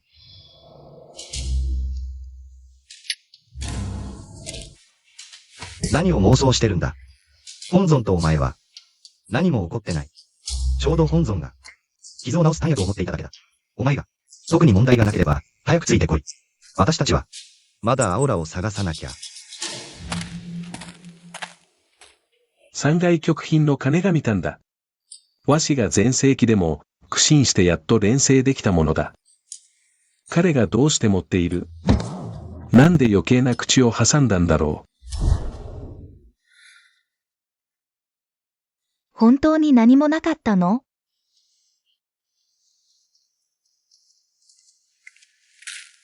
あんなことまでしたのに、なぜ何も起こらなかったんだ？死を病、道を文字よ、生縁。園児よ、人生のチャンスは、大抵一度か二度しかない。スズメか鳳凰かは、林子孫という大器にしがみつけるかどうかだ。でも私は誘惑の術に長けてないし、林先輩はあんなにまっすぐで。私にはどうやら興味がないみたい。手紙を言うな。男を分かってるのはお前か私か。お前は生まれつきの美貌。生まれながらの睾丸の災いだ。先に寝るよ。頑張ってね。頑張れ。一体どう頑張ればいいんだ？強すぎると女らしさがなくなるし、作為的すぎると。なんだか軽薄に見える。ぐずぐずしてないで、早くついてこい。今ゆく来ます。蛇がいる。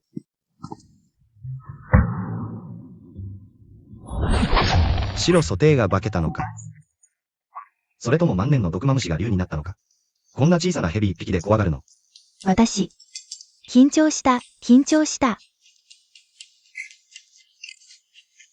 大丈夫か。傷はもともと完全には癒えてなかった。今度は足を捻挫した。林王子、私のことは構わないで。先に青らしいゾンを探してください。ダメだ。お前の修行は低すぎる。一人でここに置いておいたら。一人になれば死ぬ。支えてやる。頭がクラクラする。本当に役立たずだ。林弟様、すみません。全部私のせいです。申し訳ありません。おんぶしますよ。さあ。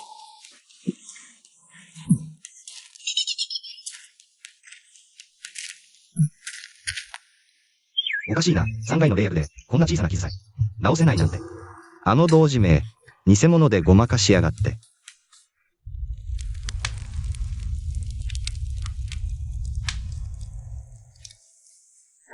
アオラは今どうしているだろう。彼女の実力なら、同世代で脅威になる者はほとんどいない。ただ、万が一本当に母親を見つけて。期待外れだったらどうしよう。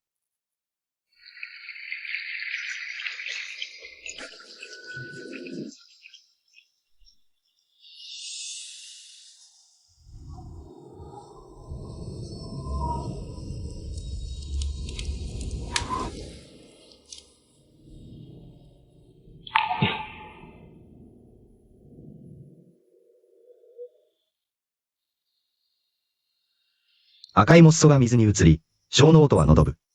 ガツは寒波に浸かり、玉の指は冷たい。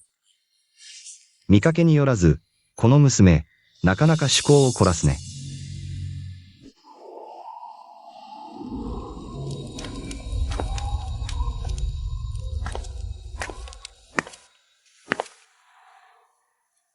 林弟様が少々心を乱れているようで、ちょうどこの曲には、心を落ち着かせる効能があるんです。母が存命中に残したもの。お気に召さなければ、どうかお許しを。あなたのお母様は、幼い頃、母は修士同士の戦いの余波で亡くなりました。それで女装して男を演じているのはなぜ？父は母が亡くなった後、再婚しませんでした。父には私一人の娘しかいませんので、父のために男装せざるを得なかったんです。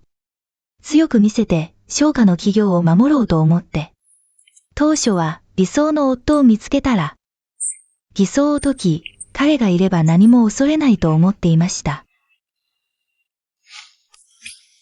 まともに話して。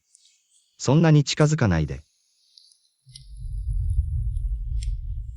体がこんなに熱くなって、終始も熱を出すの。私、そんなことないよ。多分、服を少なめに着たから。熱く感じるだけ。どうしよう、次はどうすれば。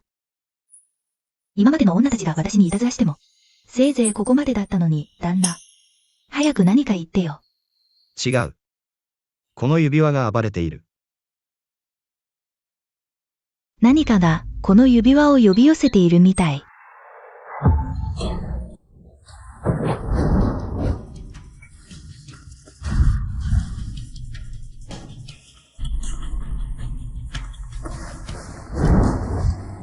どうしたの？この指輪、なぜ制御できないの？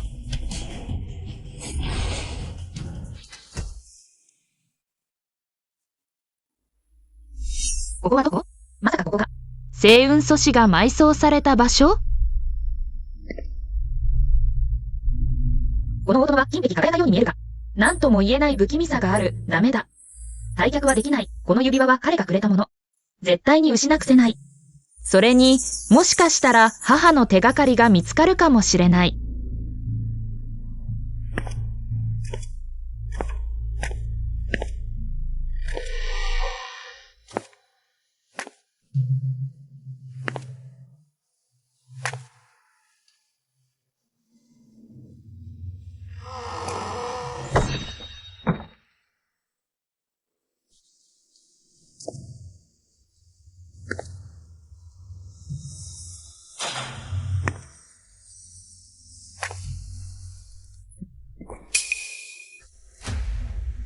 荘園。彼女がどうしてここに？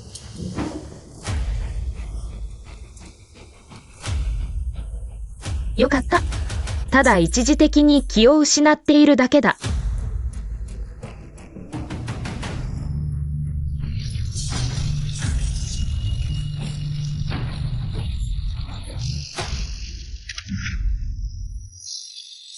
天が味方したなこの二つの肉体は。千年に一度の逸材だ幸運幸運だな。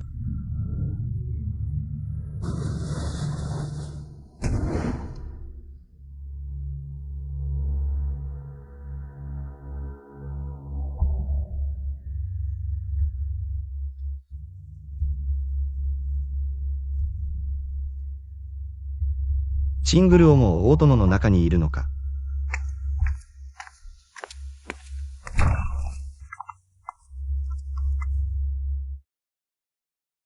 よしよしよし順陽と原因。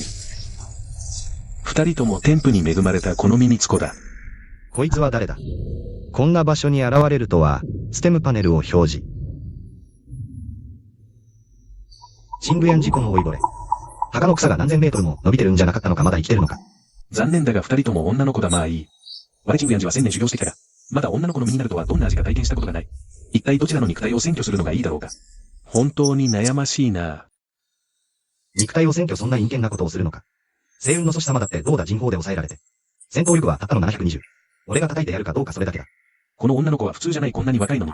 すでに剣の意を悟っているお前を選ぶ。おかしいまさか私が道を求める心が強すぎて。同心が不安定になり幻覚を見ているのかまずい。私の化身教の神式を欺いて。潜入してくる者などいるとは一体何者だお尋ねするが。どちらの大御所が説得にご降臨か。おとなしくしろ。頭を抱えてしゃがめ。どういう私とあなたは無関係だなぜ私を困らせるのか。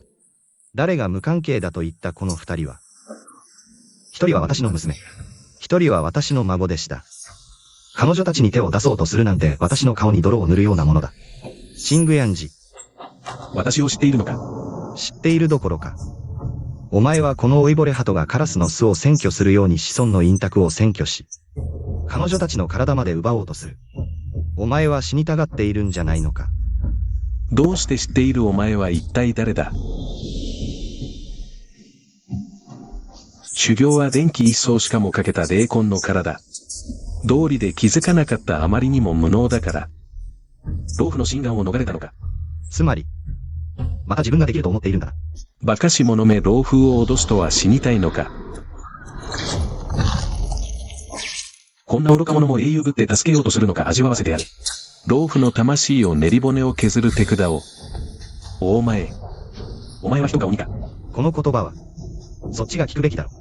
本尊が体調不良でなければ、手を挙げればお前など簡単に消し飛ばせる。なら来い、試してみろ。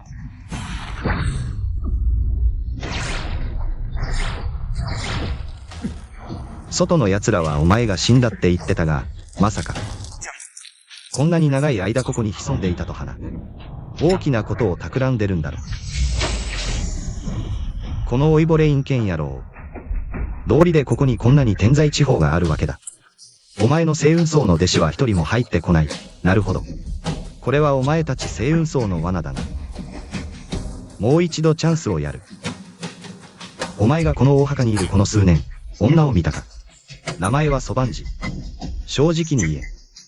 楽に死なせてやる。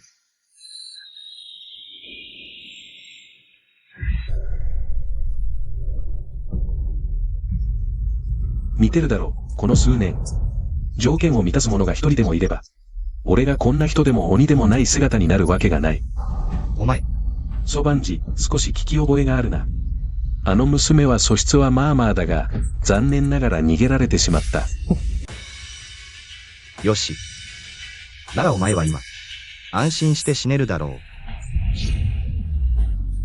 まずい。どういう全力で敵を迎えろ。彼女たちは俺が守る。またお前か。この声は間違いない。確かに彼女だ。残念も待たせやがって。生き別れの妻、ソバンジ。腹が立つ。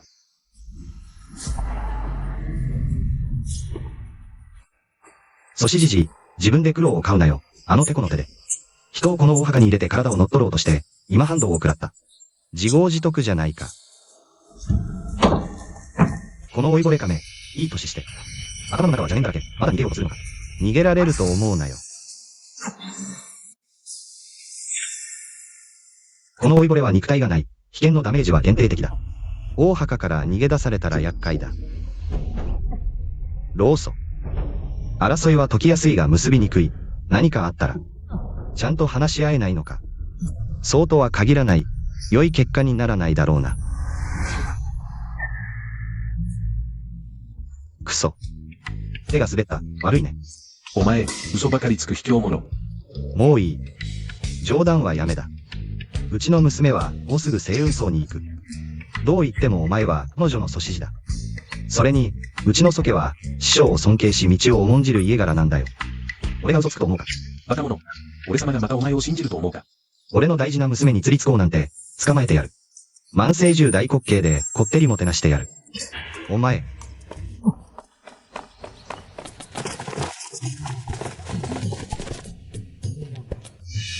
一体どっから風が吹いて、うちの祖家の婿殿を吹き寄せたんだ。笑わせるぜ。外でこいつを見かけなかったと思ったら、密かに祖母に入り込んでたのか。蘇家召集、おめでとう。1000円を得ただけでなく、今や大恨みも報われようとしている。召集。蘇家にいつの間に商主が増えた。チングローは蘇家の後継者に指名されたんだ。SU 治癒のヤシャゴ、SU ミンダオ。蘇家の若い世代では、こいつはかろうじて2番目だ。ここ数年、蘇家の長老たちは、ずっと彼を支援してチングローに対抗させてきた。まさに演歌路作だな。血脈牙花、伝説では上古の仙人が、残した一縷の動員が貸したもので、飲めば覚醒できる。ある種の血脈神髄を。こいつはとんでもない運を持ってる。直接奪い取れ。まあいいや。SU 治癒は、チングローに結構良くしてたからな。小僧様がここにいる。役立たず、どこ見てる？正直に言うと、この場所には、年季が出没する。お前らみたいな修士の体に釣りつくのを狙ってる。死にたくなければ、さっさと行け。鬼？まだ小主を騙そうってのか？知らないのか？四長老は小主の師匠だ、小主。あの野郎がお前の師匠を殺せたなら何か手があるかも。もしかして情報を持ってるんじゃないか？ SU チングローが守ってるからって、お前を殺せないと思うな。この血脈牙花さえ飲めば、彼女 SU チングローなんて大したことない。そうか全体が、俺の言う通りになるんだ。良薬は口に苦しい。まだ行かないなら。本当に死ぬぞ。死ぬべきはお前だ。地域の中のあの血脈牙花、もう咲いたのか。事態が急転。また線路が見えた。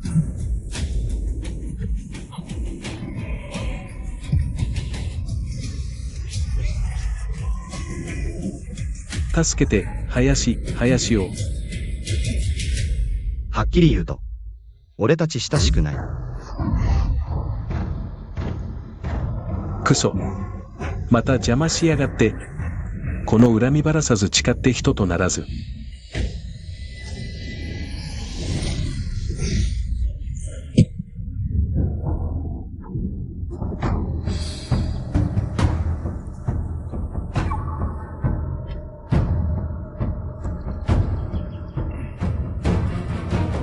たとえ肉体を得て戦力が急上昇しても。だが、人口で抑えられてる以上、俺の敵にはなり得ない。星雲の祖。本気を見せてみろ。俺と戦え。星雲の祖、まさか、この鬼物が星雲の祖なのか。このクソったれ、畜気の実で人痘の影響を受けないとは。だが外に出たら、お前を殺す。お前。この1000年ものの老いぼれ鬼とも、マジで節操ゼロだな。勝てないと、俺より早く逃げやがる。老いぼれ鬼の気配が消えた。これは、面倒なことになったな。お坊ちゃま、こちらへどうぞ。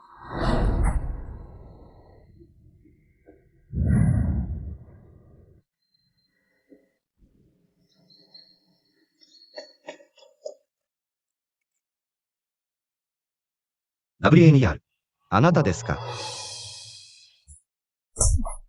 私を知ってる？あなたの友人がどこにいるか知りたいなら、ついてきて。ついてきて。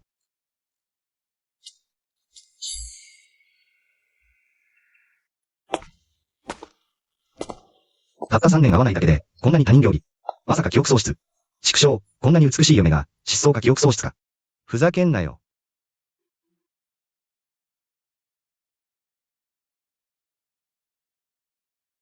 お坊ちゃま、お見事です。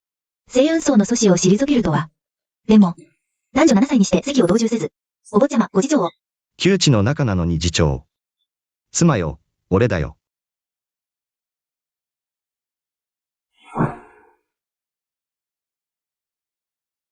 心配するな、あの二人は無事だ。むしろ、稀有な1000円を得たんだ。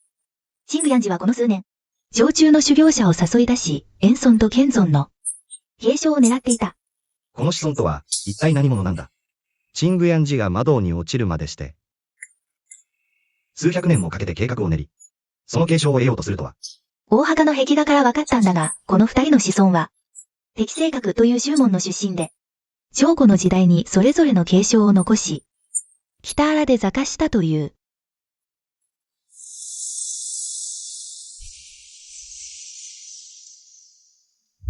つまり、この3年、君はこの大墓の中で、ずっとチングヤンジと渡り合い、彼の仕掛けた対局を崩そうとしてたんだな。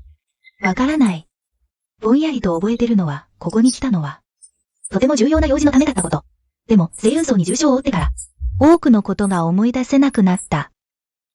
よく見てくれ。何か特別な感覚は、全くないのか。特別な感覚？お坊ちゃま、お顔は確かに悪くないですが、人として、ここまで露骨に軽薄であっては。違うんだ。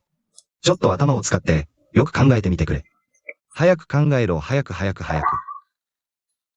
えろ。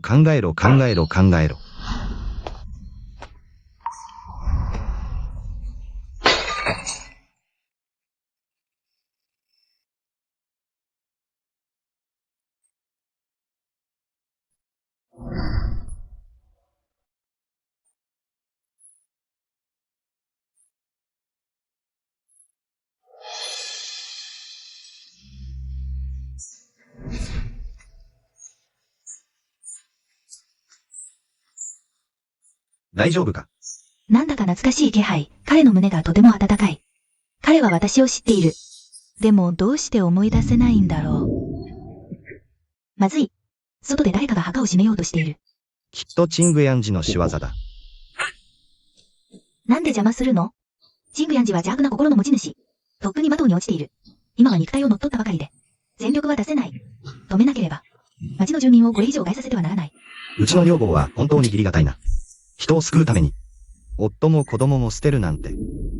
待って。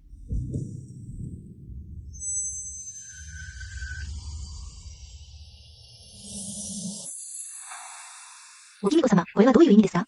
あの二人は継承を受けている最中。邪魔してはいけない。そうだ。君がここで彼女たちのそばにいてくれ。チング寮が目覚めたら、これを彼女に飲ませてくれ。チングヤンジは、俺が対処する。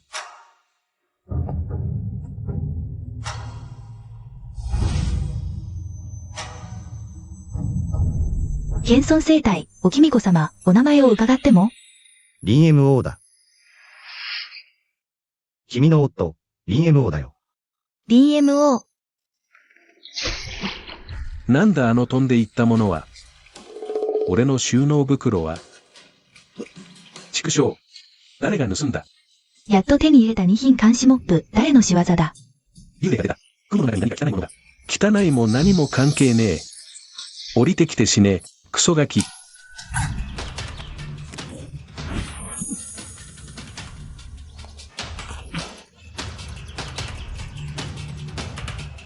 感動したよ。チングヤンジの害悪に対抗するために、みんなが力を貸してくれた。安心してくれ。お前たちの信念を胸に戦う。練炭も錬金も俺にはわからないが、これらの霊丹妙薬は、修行を高めるなら、直接吸収して補うのも悪くない。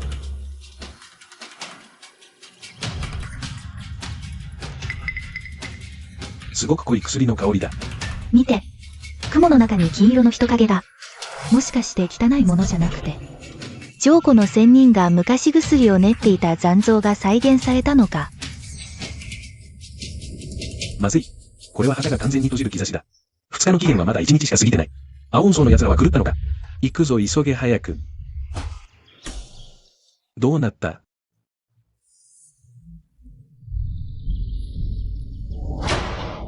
兄貴。 2日の期限はまだ1日しか経ってないのに。どうして秘境の扉が閉まったんだ。チングローのあの子は中でどうしているんだろう。蘇我の主、ご安心ください。チングロー様は天賦に恵まれ、秘境が早く閉じても、必ず1000円を見つけられます。はい。早く。早く行け。これはどうしたことだ。早く早く。幽霊だ。この大墓で幽霊が出た。リーティアン。何をデタラメ言ってる。ここは星雲の祖師が安らかに眠る地。その道の木は永遠に星雲軍の老若男女を守る。やっとの思いで手に入れた100年玉じゃれん。これで楽に地区機に入れたのに残念だ。忌まわしい幽霊が起源を奪った。悔しい。お前たちの修行不足、同心が定まらぬせいだ。またでたらめ言えば。舌を抜くぞ。丸400年、祖師様がついに、子孫の伝承を得て出席なさる、周国どころか。北原さえも我が星雲層が制する。ご当主、あなたのヤシャゴ SU ミンダオです。彼が生きて戻ってきた。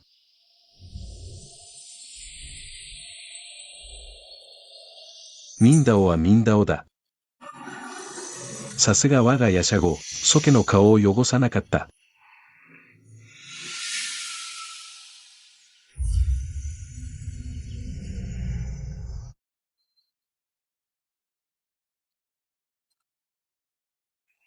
お前、金竹ポーシュの末裔か、あなたは。ミンダオ。1000円を得られなくても気にすることはない。曽祖父はお前の潜在力を信じる。同期の安定には時間がいる。あの小僧を追い出せば、お前たちは皆死ぬ。出ても死ぬと知ってるなら、よし、望み通りにしてやる。大墓閉鎖。用がなければお帰りを、ジンファン上司、待ってください。我が蘇我の天境がまだ中に出てきていません。SU 治癒。天境の溶接はよくあること、蘇家の運は尽きた。誰のせいでもない、2日の期限はまだ。星雲層は名門制覇として約束を保護にするのか。何か。小僧、文句あるか、ミンダオ、あなた。どうしたんだ。兄上。SU ミンダオまだやめぬか、目上を無視し。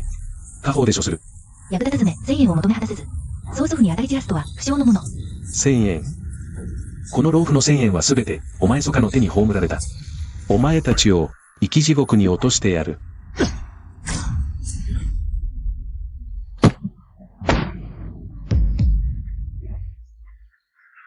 チーアン長老。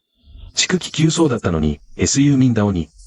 一撃で重傷を追い倒れた。彼は中で一体どんな逆転の宝を手に入れたのかまるで別人のようだ。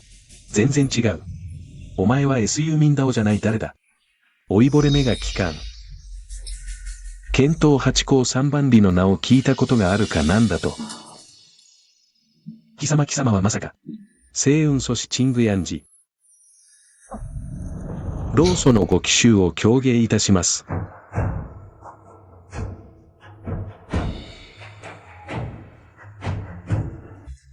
そや主これで目を閉じられるだろう。残念なことに。SU チングローのあの娘出てこなかった。さもなければ目かけに迎えることもできたのにそうすれば。蘇我に一筋の血脈を残せたものを。誰の一族を皆殺しにすると誰を目かけにすると星雲の老いぼれ。そんなに威張って俺の意見を聞いたのか。DMO。どうやって中から出てきたんだ。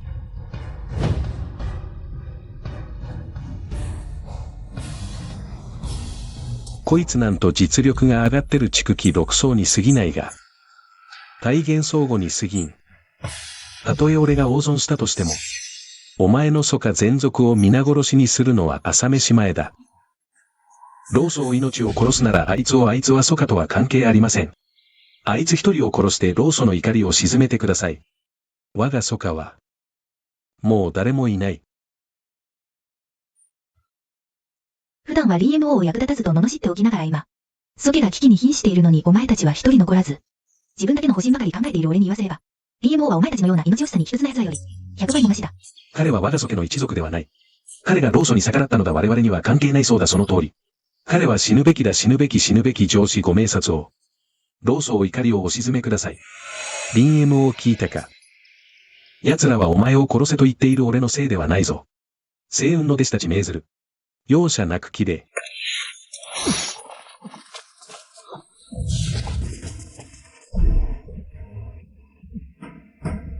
ジンファン・チングヤンジがなぜ、大墓を早く閉じたか知っているか。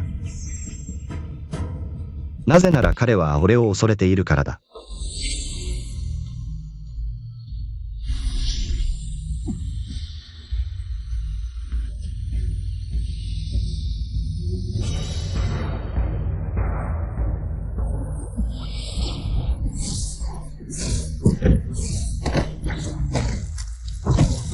星雲献血なぜ俺が作った献血を知っている。まさか。少し違うようだ。本当にあのソケの婿入りの。DMO なのか。終わった。これで終わりだ。彼があんなに多くの星雲荘の弟子を殺したのだ。星雲荘は。必ずや我がソケの屋敷を踏み潰すだろう。うるさい。兄さん今回ソケは宝を拾ったな。DMO 彼は本当に普通じゃない。普通じゃないじゃあ何者だ。彼は。何者だ？なんてことだ。兄貴、よく考えてくれ。連起一層で。どうして現存生態を悟れるんだ。しかも、林僕は簡単に。兵士を発動する。アオラの最近の修行の進歩は目覚ましい。これも林僕の指導のおかげだ。彼はまさか少年戦王の生まれ変わりか。娘が中にいる。救わないわけにはいかない。老祖の修行が回復するまで待てば、彼は必ず死ぬ。墓の閉鎖を加速しろ。ふざけるな。アオラたちはまだ出てこない。クソ。下の芝居連中はうるさくてたまらん。乾燥ップは長く持たないだろう。小家主、小燕はまだ墓の中にいる。今ここで臆病風に吹かれて退けば、自らの手で。我が子の命を葬るようなものだ。その通りだ。我が子のためなら、この老いぼれの命をかけても構わん。ついてこい。退けば前期屍すら残らず、戦えば一縷の望みをつかむ。殺せ。殺せ、殺せ。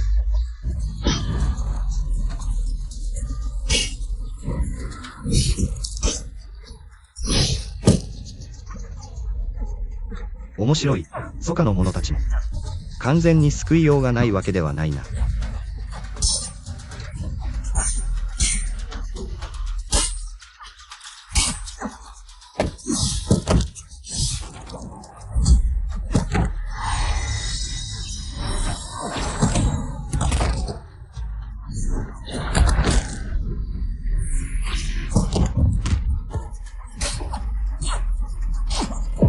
カマキリの斧、お前たちは謀反を起こす気か。お前。すまん。また手が滑ってな、今や。我々は謀反を起こした。それがどうした？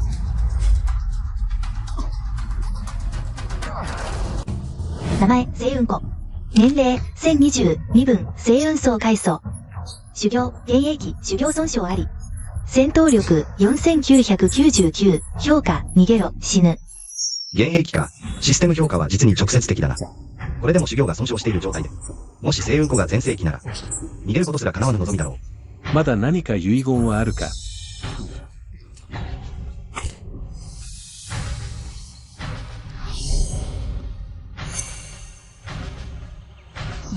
全身の毛穴が震える。最高にスリリングだ。小僧。迷いを立ち、聖堂に戻れ。今ならまだ手を引くことができる。さもなければ、うっかり死んでしまってはもったいない。小僧、北荒の地で。我が星雲子をこのように呼ぶ者など。お前が初めてだ、林僕、死に直面して。まだ化けの皮をかぶって、我が始祖を愚弄する気か。これは、極貧蓄期。太古より北原の地では、極貧の蓄期を成し遂げた者は片手で数えられるほどしかいない。この者は霊魂に損傷があるが、それでも添付の際は並外れている。もしかすると、ある大野者が、永久形成したのかもしれない。迷いを断ち切れ。今ならまだ命は助けてやる。阻止、これはきっと何かの神通による幻影です。忘れないでください。この化け物は変装の術に極めて長けています。弟子も騙されそうになりました。この墓穴の洞大は、必ずや偽物です。横島な小僧め。ここまで来て、まだ時間稼ぎをしているつもりか。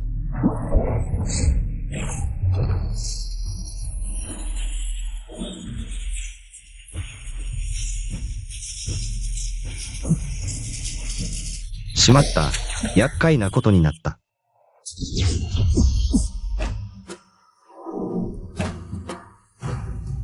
WANER、どうして今頃来たんだ？見えないのか？旦那様は今忙しいんだ。私にもわからない。さっき彼女が少し目を覚ましたので、血脈キバナを飲ませたところ、強制的にここへ転送されてしまった。これは、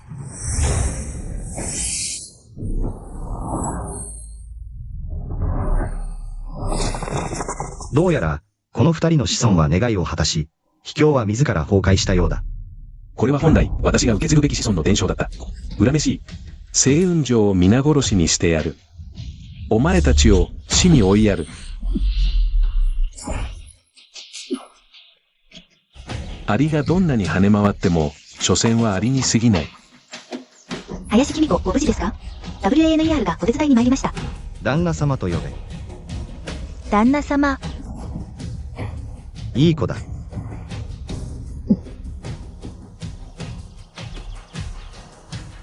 たとえ、彼が誰なのか、私とどんな関係なのか、わからなくても、なぜかとても懐かしい気がする。妻よ、間違っていなければ。あと数日で、3年に一度の上本節だな。上本節、何か思い出した気がする。あなたが言っていた。人の一生は、まるで上本節の、川に流す10日のイカ登りのようだ。順調であれ、曲折があれ。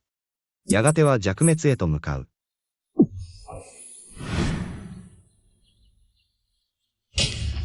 3年前の上本節、あなたはすぐに戻ると私を騙した。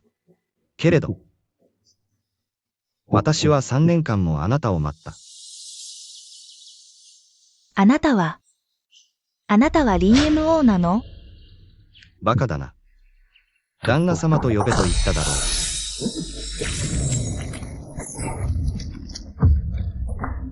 剣術の造形にせよ、修練の潜在能力にせよ。君は驚くべき奇才と言える。もし間違った相手を怒らせなければ、そう遠くない将来。北原の巨塔の中に君の席があっただろうに。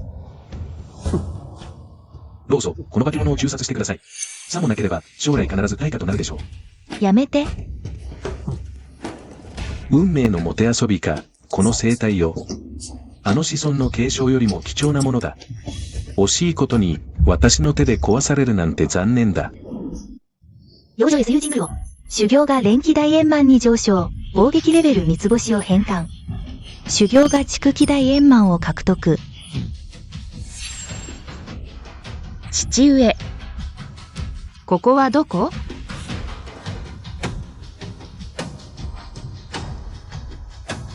母上、夢を見ているんじゃないよね。私はチングル王よ。娘 S ユージングルを暴走の血脈を覚醒。防撃レベル4星を変換。血脈の力は人王輪天。私の愛しい娘、彼女は父を失望させたことがない。ついにシステムの変換を待ち切った。チングヤンジ。私は外掛けの到着を待っている。君は何を待っているんだ？知らないのか？悪役は話しすぎで死ぬものだ。まさか、彼女がたった今継承を覚えたばかりで。君を救えると思うな、少子千万だ。君が神通をいくら持っていようと。金丹以下はすべて散り役だ。これが終戦界の永遠に変わらぬ鉄則だ。トングジー、変換を受け取れ。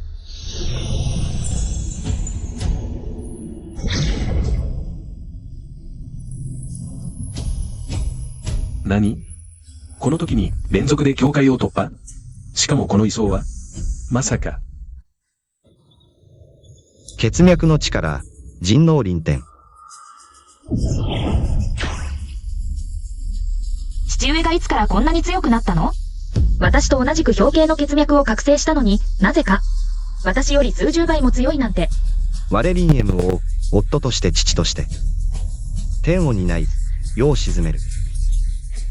私がいる限り誰がお前たちを傷つけようか必ずやマンゴーの地にだとし神魂も滅ぼす。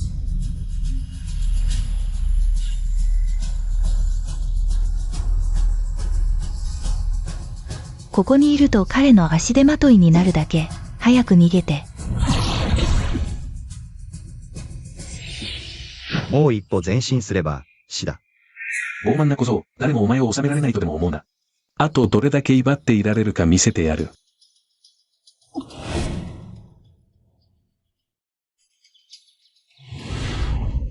ちょっと、師匠、空のあれ誰？超かっこいい。私の夫よ、父上。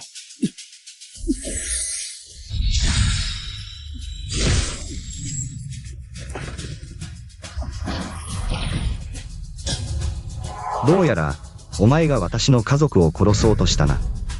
答えろ。黙り込んだか。話せと言っている。まずい。この子はもう一人前だ。彼は血脈の力に頼り、腐敗の地に立っている。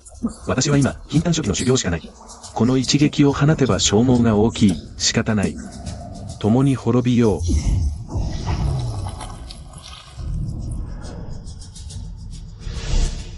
さあ、死を受け入れろ。この献血、どこかで見覚えがあるな。宝前正宗。星雲剣。お前が光前。どこが正宗だ。一年非戦。老祖が使ったのは星雲献血の奥義。この神通宗打ちでも数人のみが使える。なぜ彼が、お前どこでこの献血を学んだ？誰に教わったのだ？目を覚ませつけ込むな。さっき小僧と呼んだのはただマシな方だ。笑わせる娘が星雲献血を得得。10倍返しに暴撃で創始者を。踏みつけて踊るくらい当然だ。口が達者な小わっぱめ。神通は4回天日元気功。お前は元久神通しか持たぬ。我が天界献血と比べる資格もない。天界神通。小さな星雲群に怪物が現れたか。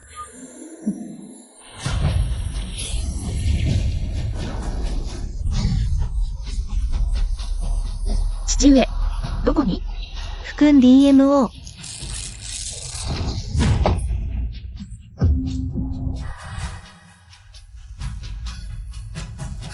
そうか。我が祖家についに剣仙が現れた。先輩戦意やっと遅かは全盛期を迎える。なんと老祖が敗れた。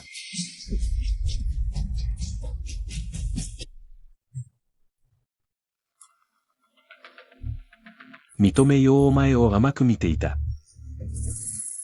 だが私を殺せぬ。どうした？そんなに自信が。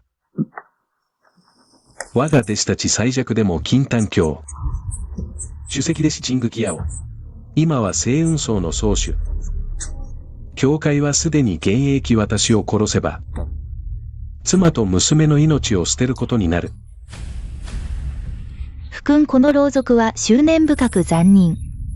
殺さなくても必ず復讐する。そうだ殺せ逃げればいい。中洲へ行こう。父上何をするにせよ。娘は指示します。解放してくれ。毒性を立てる。決してお前らに復讐しない。お前の毒性に価値などない。今利害関係を整理してやろう。お前は星雲老祖だが今の星雲僧が。やっぱり君が決めるんだな。予想通りだ。たとえお前を返したとしても、お前は必ず死ぬ。どういう意味だ？お前のあの陳具ヤオの大弟子は、すでに何が起こったか知っているだろう。青雲荘の底力をもってすれば、せいぜい1考の時間でここにつけるはずだ。なぜ誰も来ない？君が突然出撃したことで、今の青雲宗主は非常に困っている。彼がこの体験を、お前のような老いぼれに渡せると思うか？奴らは私の刀を借りて、お前を殺そうとしている。陳具ヤン寺、他人の巣を奪う。子孫卑怯を占拠し、策を巡らせて地の天才たちを返し、彼らの肉体までも奪った罪を認めよ。なんだ、そうだったのか。まさか我が事件も、こうして失踪したのか。憎らしい、我が上司100年に一度の天狂が、彼の毒手にかかって死んだとは。青雲襲名、畜生以下だ。青雲の老いぼれ。我らが聖堂教師と仰いでいたのに、父の命を返せ。なんだ、ロスなど大したことない。宗主に報告すれば。お前たち一人も逃げられない。黙れ。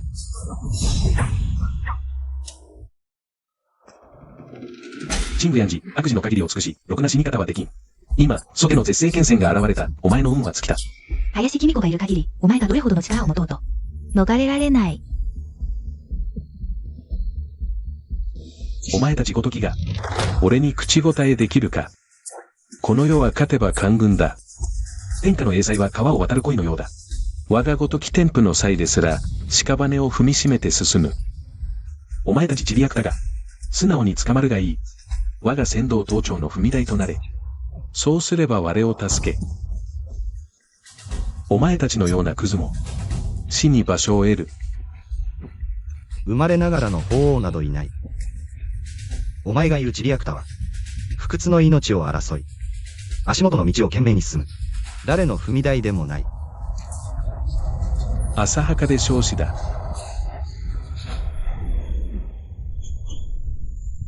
まずい、彼は完全に間に落ちた。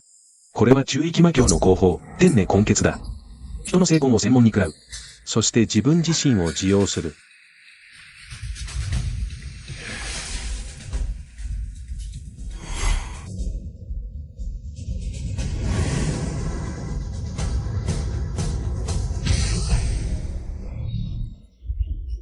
あなた方の先祖は私の恩恵を受けた。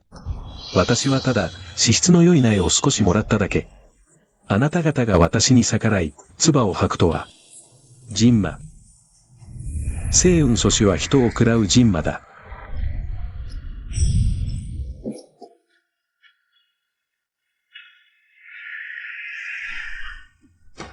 ぼんやりしてないで、早く行け。昔、星雲は私によって建てられた。今日、星雲もまた私によって滅びる。名前星雲子。年齢1020身分星雲層祖師。修行幻影円満戦闘力6007。評価魔道に落ちて叶わず。戦闘力6007、私の極貧地区大円満よりも。血脈の力まで足しても4000に満たない。これではどうしようもない。老祖の正義は世を追い、お前たちは死ぬ。星雲層に逆らうとは、これが代償だ。兄さん、ここまでしか来られないようだ。残念ながらこの目で見られない。祖家が北原で台頭する日を。この目では見られなくても、信じている、星香はまだ残っている。援護さえ生き延びれば、私は死んでも名目する。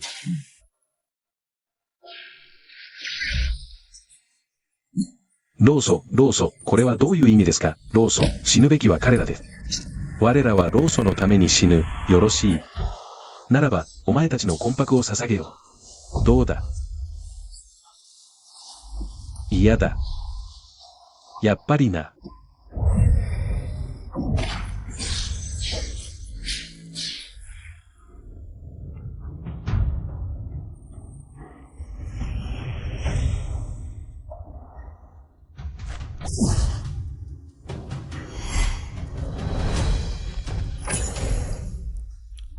林僕。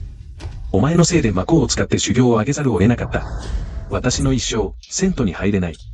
こんなに簡単に殺すのは、あまりにも甘い。お前の目の前で彼女たちが死ぬのを見せる。弟子よ。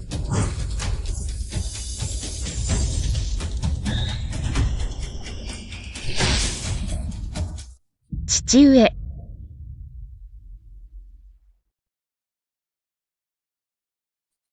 林僕、あなた。私を救うために。アオラのあの娘より。少し賢い。彼女をしっかり面倒見てくれ。紙一本でも傷つけたら。私は鬼になっても。お前を許さない。父上。しっかりして、もう二度と終戦しません。家族みんなで一緒に暮らしましょう、父上。そんなこと言わないで。林僕、お前は確かに情に熱い。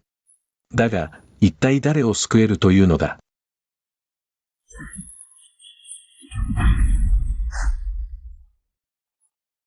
父上。終戦会には、私ほどプロフェッショナルな人間の盾はいないだろう。ごめんなさい。父として、約束を破らなければならないかもしれない。父さん。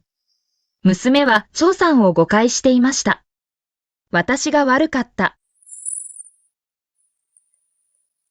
バカな娘だ。好感度が最大まで上がっていないとはいえ、この父親として、それなりに責任を果たしたと言えるだろ夫よ、天上では肥沃の鳥となり、地上では連理の枝となろう。たとえ読み炉に落ちようとも、あなたと一緒に行くわ。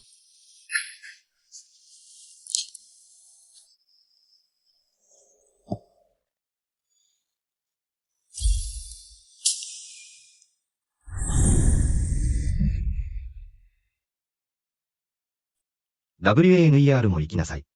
チングルオには母親が必要なの。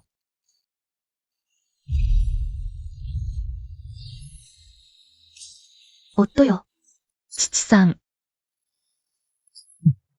DMO が命がけで私を救うとは。母は言ってた。終戦者はみんな自分を第一に考え、属性のことはすべて忘れるものだと。嘘つき。この大嘘つき。私と母さんを置いていかないで。愚か者め、秘宝を使って逃げようだなんて、お前の力でできることか。この老人が止められないとは限らんぞ。あの者たちのために命を落とすなんて、価値があるのか。価値があるのか。もちろんあるさ。お前のような孤独な、通りすがりのネズミにはわかるまい。星雲層の祖師よ。お前はまさに、完全なる笑い者だ。ただの道化師に過ぎん。私がわからないというのか。昔、敵聖老の強者が祖母を探すために、星雲軍のすべての人を奴隷にした。餓死者の骨が場外に積み上がり、民は生きる術もなかった。私の妻は、ほんの数粒の米で腹を満たすために、身を売り、恥ずかしめられて死んだ。我が子よ。我が子は生きるために、私の居場所を売り渡した。彼は私の手で切り殺された。この老いぼれ、自分を見失い魔道に落ちたのも無理はない。私だったら、もっとひどいことをしていたかもしれない。だが、今となってはどうでもいい。手段を選ばず、すべての敵を渡り尽くした後、彼らは嘘っぽく、私を星雲層の宗師として立てまつった。見てみろ、今。彼らは私をどう扱っている。終戦者が己のためでなければ、天地も許さぬ。彼らを救えば、感謝されると思っているのか。違うよ、彼らはただ天の恵みだというだけだ。先祖の積み重ねた徳だ。なんて言った？言うよ。違う。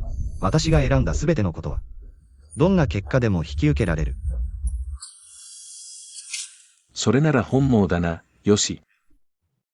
今すぐ送り出してやる。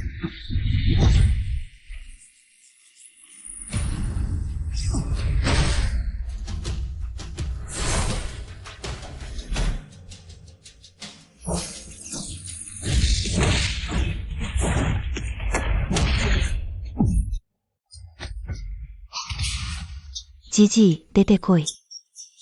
じじい、秘宝の転送を中断しろ。ここまで来たら、逃げるが勝ちだ。軽率に動くな。先輩の気持ちを無駄にするな。逃げるも何も自分がすごいって吹聴してたんじゃないか。ピンチになると隠れるか逃げるか。よくそんなこと言えな。小娘に何がわかる。我々修行者は利益を求めがいを避ける。それが王道だ。それにその点をのみ魂を練るケツは。俺みたいな根体には効く。マジか。それって敵に大補給してるようなもんじゃないか。手伝うか、手伝わないか。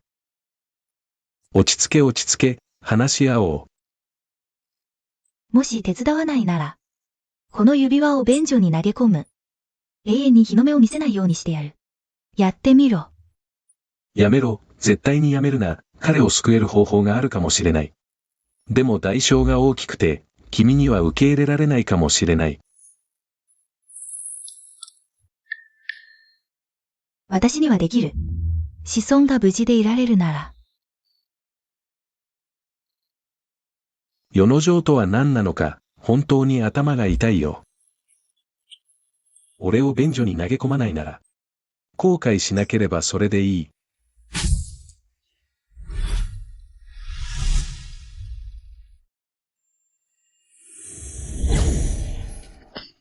DMO。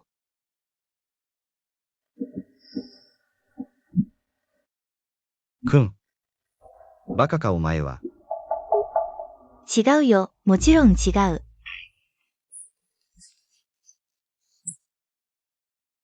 違うのか。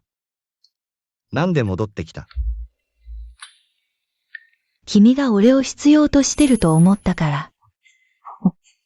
必要。お前みたいな役立たずは、全然必要ない。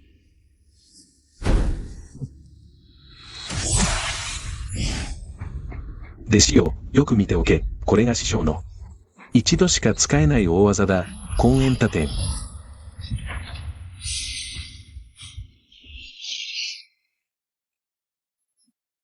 元栄大衆。違う。ほんの一筋の無形の残魂か。よく来たな。ちょうどお前で魂を練れる若者こわるべしだ。抽選会を見渡しても、俺団チェンジで魂を練ろうとする。邪衆としてはお前が初めてだ。団チェンジ。あなたは中域の堪能だ。一縷の残魂に過ぎないまだ私を脅かすことはできないしね。痛い痛い痛い。私は長くは持たない。あなたたちは何をぼんやりしているの？早くしなさい。はいはい。早く穴を掘って一緒に埋めるの。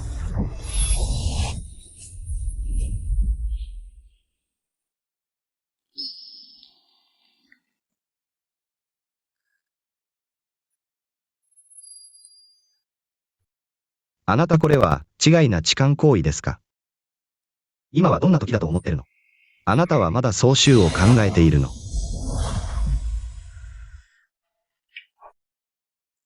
天界神通引用眠子。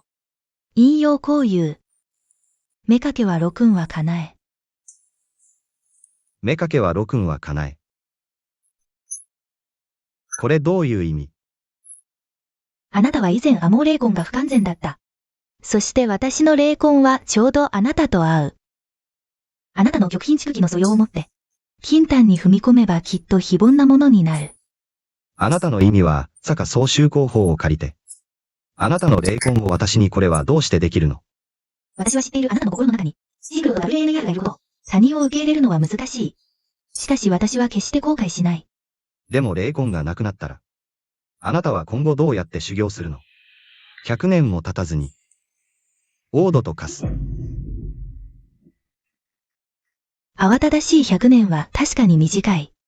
ただあなたをしっかり見ることができさえすれば、ヤン ER はもう満足だ。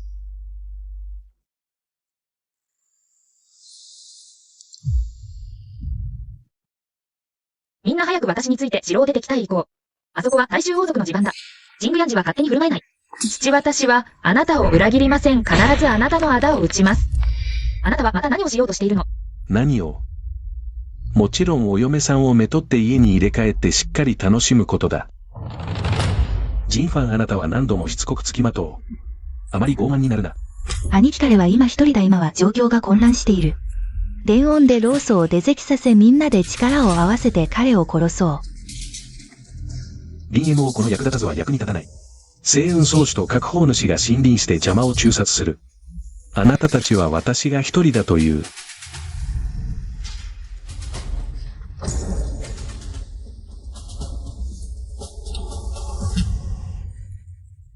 ジンファン上司。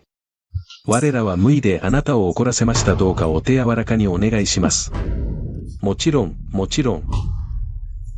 でも、彼の任務は本当に幸せ者だな。妻もこんなに美しい。彼女たちを俺にくれないか。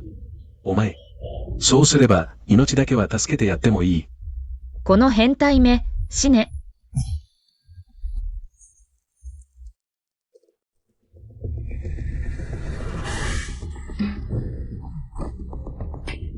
ご主人様。ジンファン上司、私がお詫びいたします。もしまだお怒りが収まらないなら、この命で罪を償います。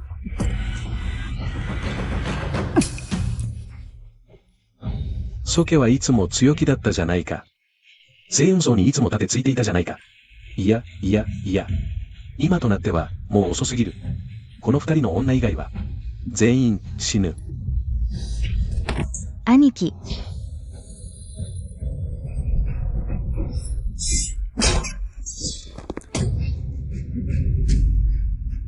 このじじい、俺の女に手を出すな、死ね。お前、どうしてまだ生きている？どうしてまだ死んでいない？この声は父上？父上がまだ生きている。俺が生まれた時から。これは、父上。俺リンゴは一度言ったことは必ず守る。足を折ると言ったら、足を折る。しかし、彼は足を折られただけでなく、芯二つに切られた。死んだよ。手を挙げるだけで、金丹一層の魔君を滅ぼせる。もしかして、先輩は極貧金丹を結成したのか？私の見るところ、それどころではない。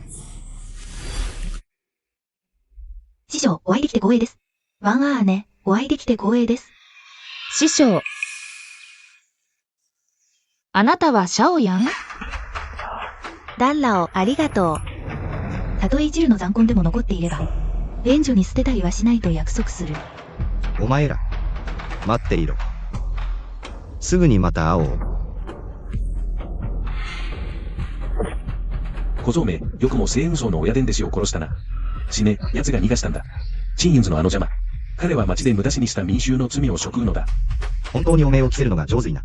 死にたいなら、ついてこいよ。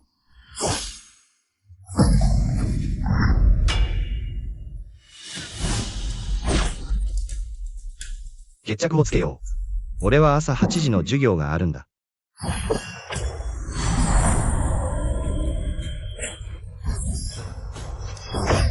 すごい。こいつの才能は恐ろしい。完全に成長したら、大変なことになる。早急に協力して始末しなければ。我々と彼に深い恨みはない。普通の弟子なら死んでも構わない。しかも彼は伝説の低尊金丹を結成した。こういう典型の持ち主は手を出しにくい。極貧金丹を超える。低尊金丹、つまり、問題がなければ必ず仙人になれるということか。その通り。今なら彼の手を借りて、老祖を鎮圧できる。たとえ叶わなくても力を弱められる。ミネシュのお考えは、漁夫の利を得るということか。来たな。俺が来るとは思っていなかったようだな。見て、あっちを見て。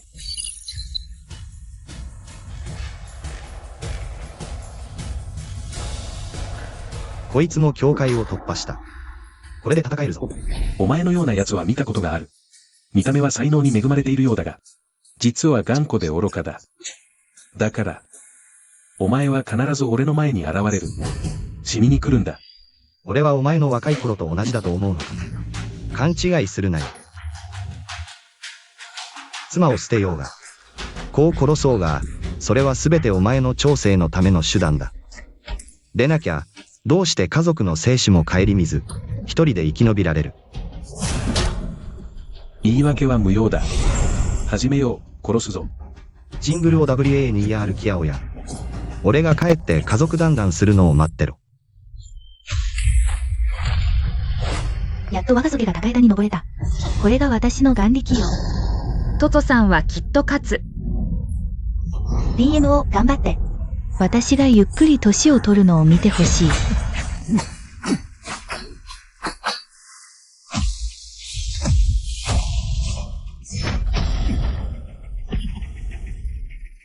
痛快だ。本当に痛快だ。DMO お前の天賦は万人に一人。老夫に従い、星雲軍の者を皆殺しにすれば、彼らの魂を捧げ、老夫がお前に開かせてやろう。あの思考の先導の門を。仙人になるんだ。仙人なんてクソくらいだ。俺が本当に気にかけてるのは、この足元にある城。そこが俺の家だからな。家族に手を出す奴は、神様でも殺す。いえ。中国の民を苦しみから救い、みんなの命を助けた。でも、俺の家族はどこにいるんだ1年で1000人に。公然の将棋。剣で八方を這う魔を中枢。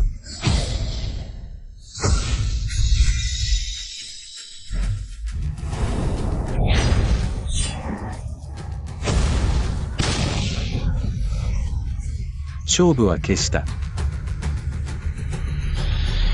父上、結局誰が落ちたの？林僕は勝ったの？私の夫は負けません。川柳、淵を出ず。蘇我、大いに栄える。彼が町の民を救ったんだ。この戦いの後、誰も蘇我を冒涜できぬ。星雲荘もだ。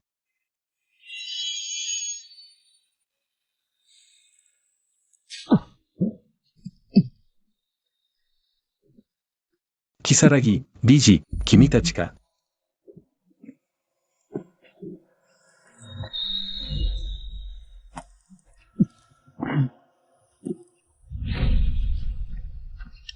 なぜ避けない？避ける必要があるか。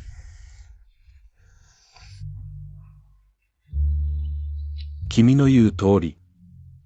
あの時、生きるために、彼らが白骨になるのをただ見ていた。そしてこの災い。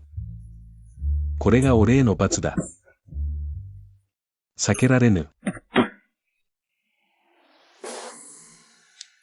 星雲湖、窓に落ち、主情を乱す。安らかに眠れ。星雲の祖としていながら、向こうを殺すとは。今日、宗主と共に、この神馬を滅ぼす。なんてやつだ。さっきは手を出さず、今になって成果を横取りか。俺をからかってるのか。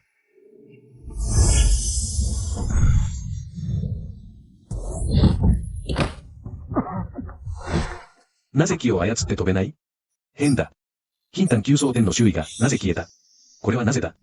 お前ら並など、まだ何ができる？低損を見てひざまずかぬのか。低損金丹の動員は、同教会の者すべてを圧倒する。この若者、実に驚くべきものだ。星雲宗主。君もこの泥沼に足を踏み入れるのか。どういう、落ち着け。老夫は弟子を迎えに来ただけだ。この弟子たちが軍を冒涜した。許してくれ。なんてこった。青将はとっくに、元影響の絶世の天教、合理隆し、自ら謝罪するなんて。当たり前だろ古来より。低損金丹の持ち主はみんな、例外なく仙人となる運命。少年仙王に逆らう者などいない。じいさんまだ死にきれないのか。この生意気娘め分殴るぞ。清少よ清少。今でもそんな手を使うのか。どういう意味だはっきり言え。20年前、この具弟子は弟子入りと称し、林家全員を山に招き、剣人で皆殺しにした。もし私の推測が正しければ、お前こそが、9つの霊脈を持つ、世に先天的金銭と呼ばれる最後の弟子だ。何私が。清少は幼い頃から偽善者。お前の台頭を恐れ、世間の批判を気にしていた。幸いにも、両親は懸命で危険を察知し、お前から一本の霊脈を抜き取り、凡人に変えた。彼に見つからぬよう。しかし運命は残酷だ。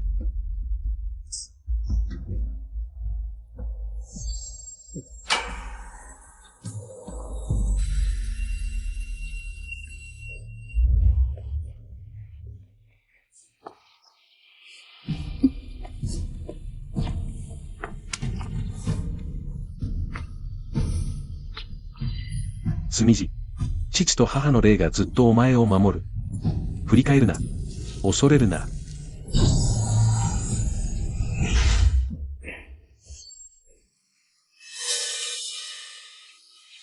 1000年修行してきたが、結局、すべてが無に帰した。林僕確かに私は負けた。お前は、復讐を望まぬか。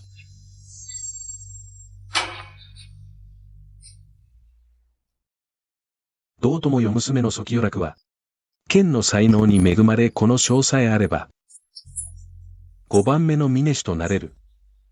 何？私が峰主に。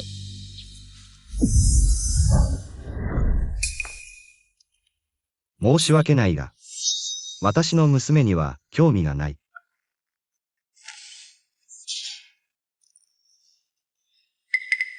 星雲荘は底知れぬ力を持ち、背後には大衆王室がついている。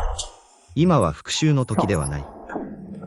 絶対に機会を逃すな。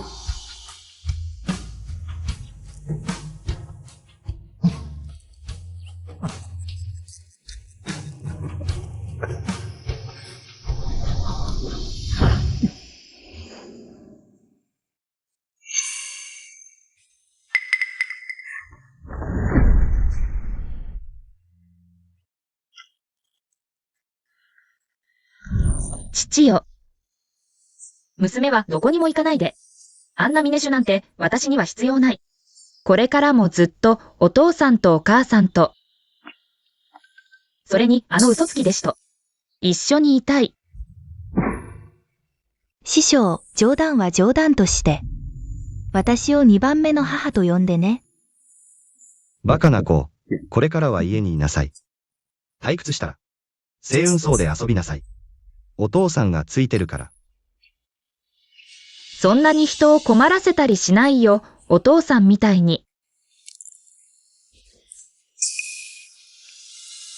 ワンアー姉さん、あなた。これからは家族だね。何？家族。彼女はアオラの弟子だ。確かに家族だ。ちゃんと話してよ。シャオヤンはあなたに身を任せた。それはあなたへの信頼だ。決して裏切らないで、わかった？わかった。痛い。本当に羨ましいな。今、災いをもたらす邪魔は消えた。そけは、喜びに喜びを重ねるべきじゃない？その通り。もう一つの喜びがある。リンも。昔、あなたとワンアーの結婚式はあまりにも簡単だった。今、正家の令嬢も心を寄せている。提案がある。戻って情の核体制下に告げ、結婚式を再び挙げよう。二人同時にめとるなんて、刺激的すぎる。課長、賢明です。いい気になるな。嫌だ。お父さんの顔がモデルすぎるから。少しはお父さんを責められないな。宿主、養女数鎮路。好感度大幅上昇。現在進捗 100%。新しいシステム機能を解除しました。破れ同時、ついに好感度を最大にした。秘境の道は解除されました。この機能を起動すると、あなたは修行を身につけたまま地球に転送されます。この機能は片道転送です。抽選会には戻れません。慎重に考えてください。もうすぐ一流時報の場面だ。私に帰郷の誘惑をさせるな。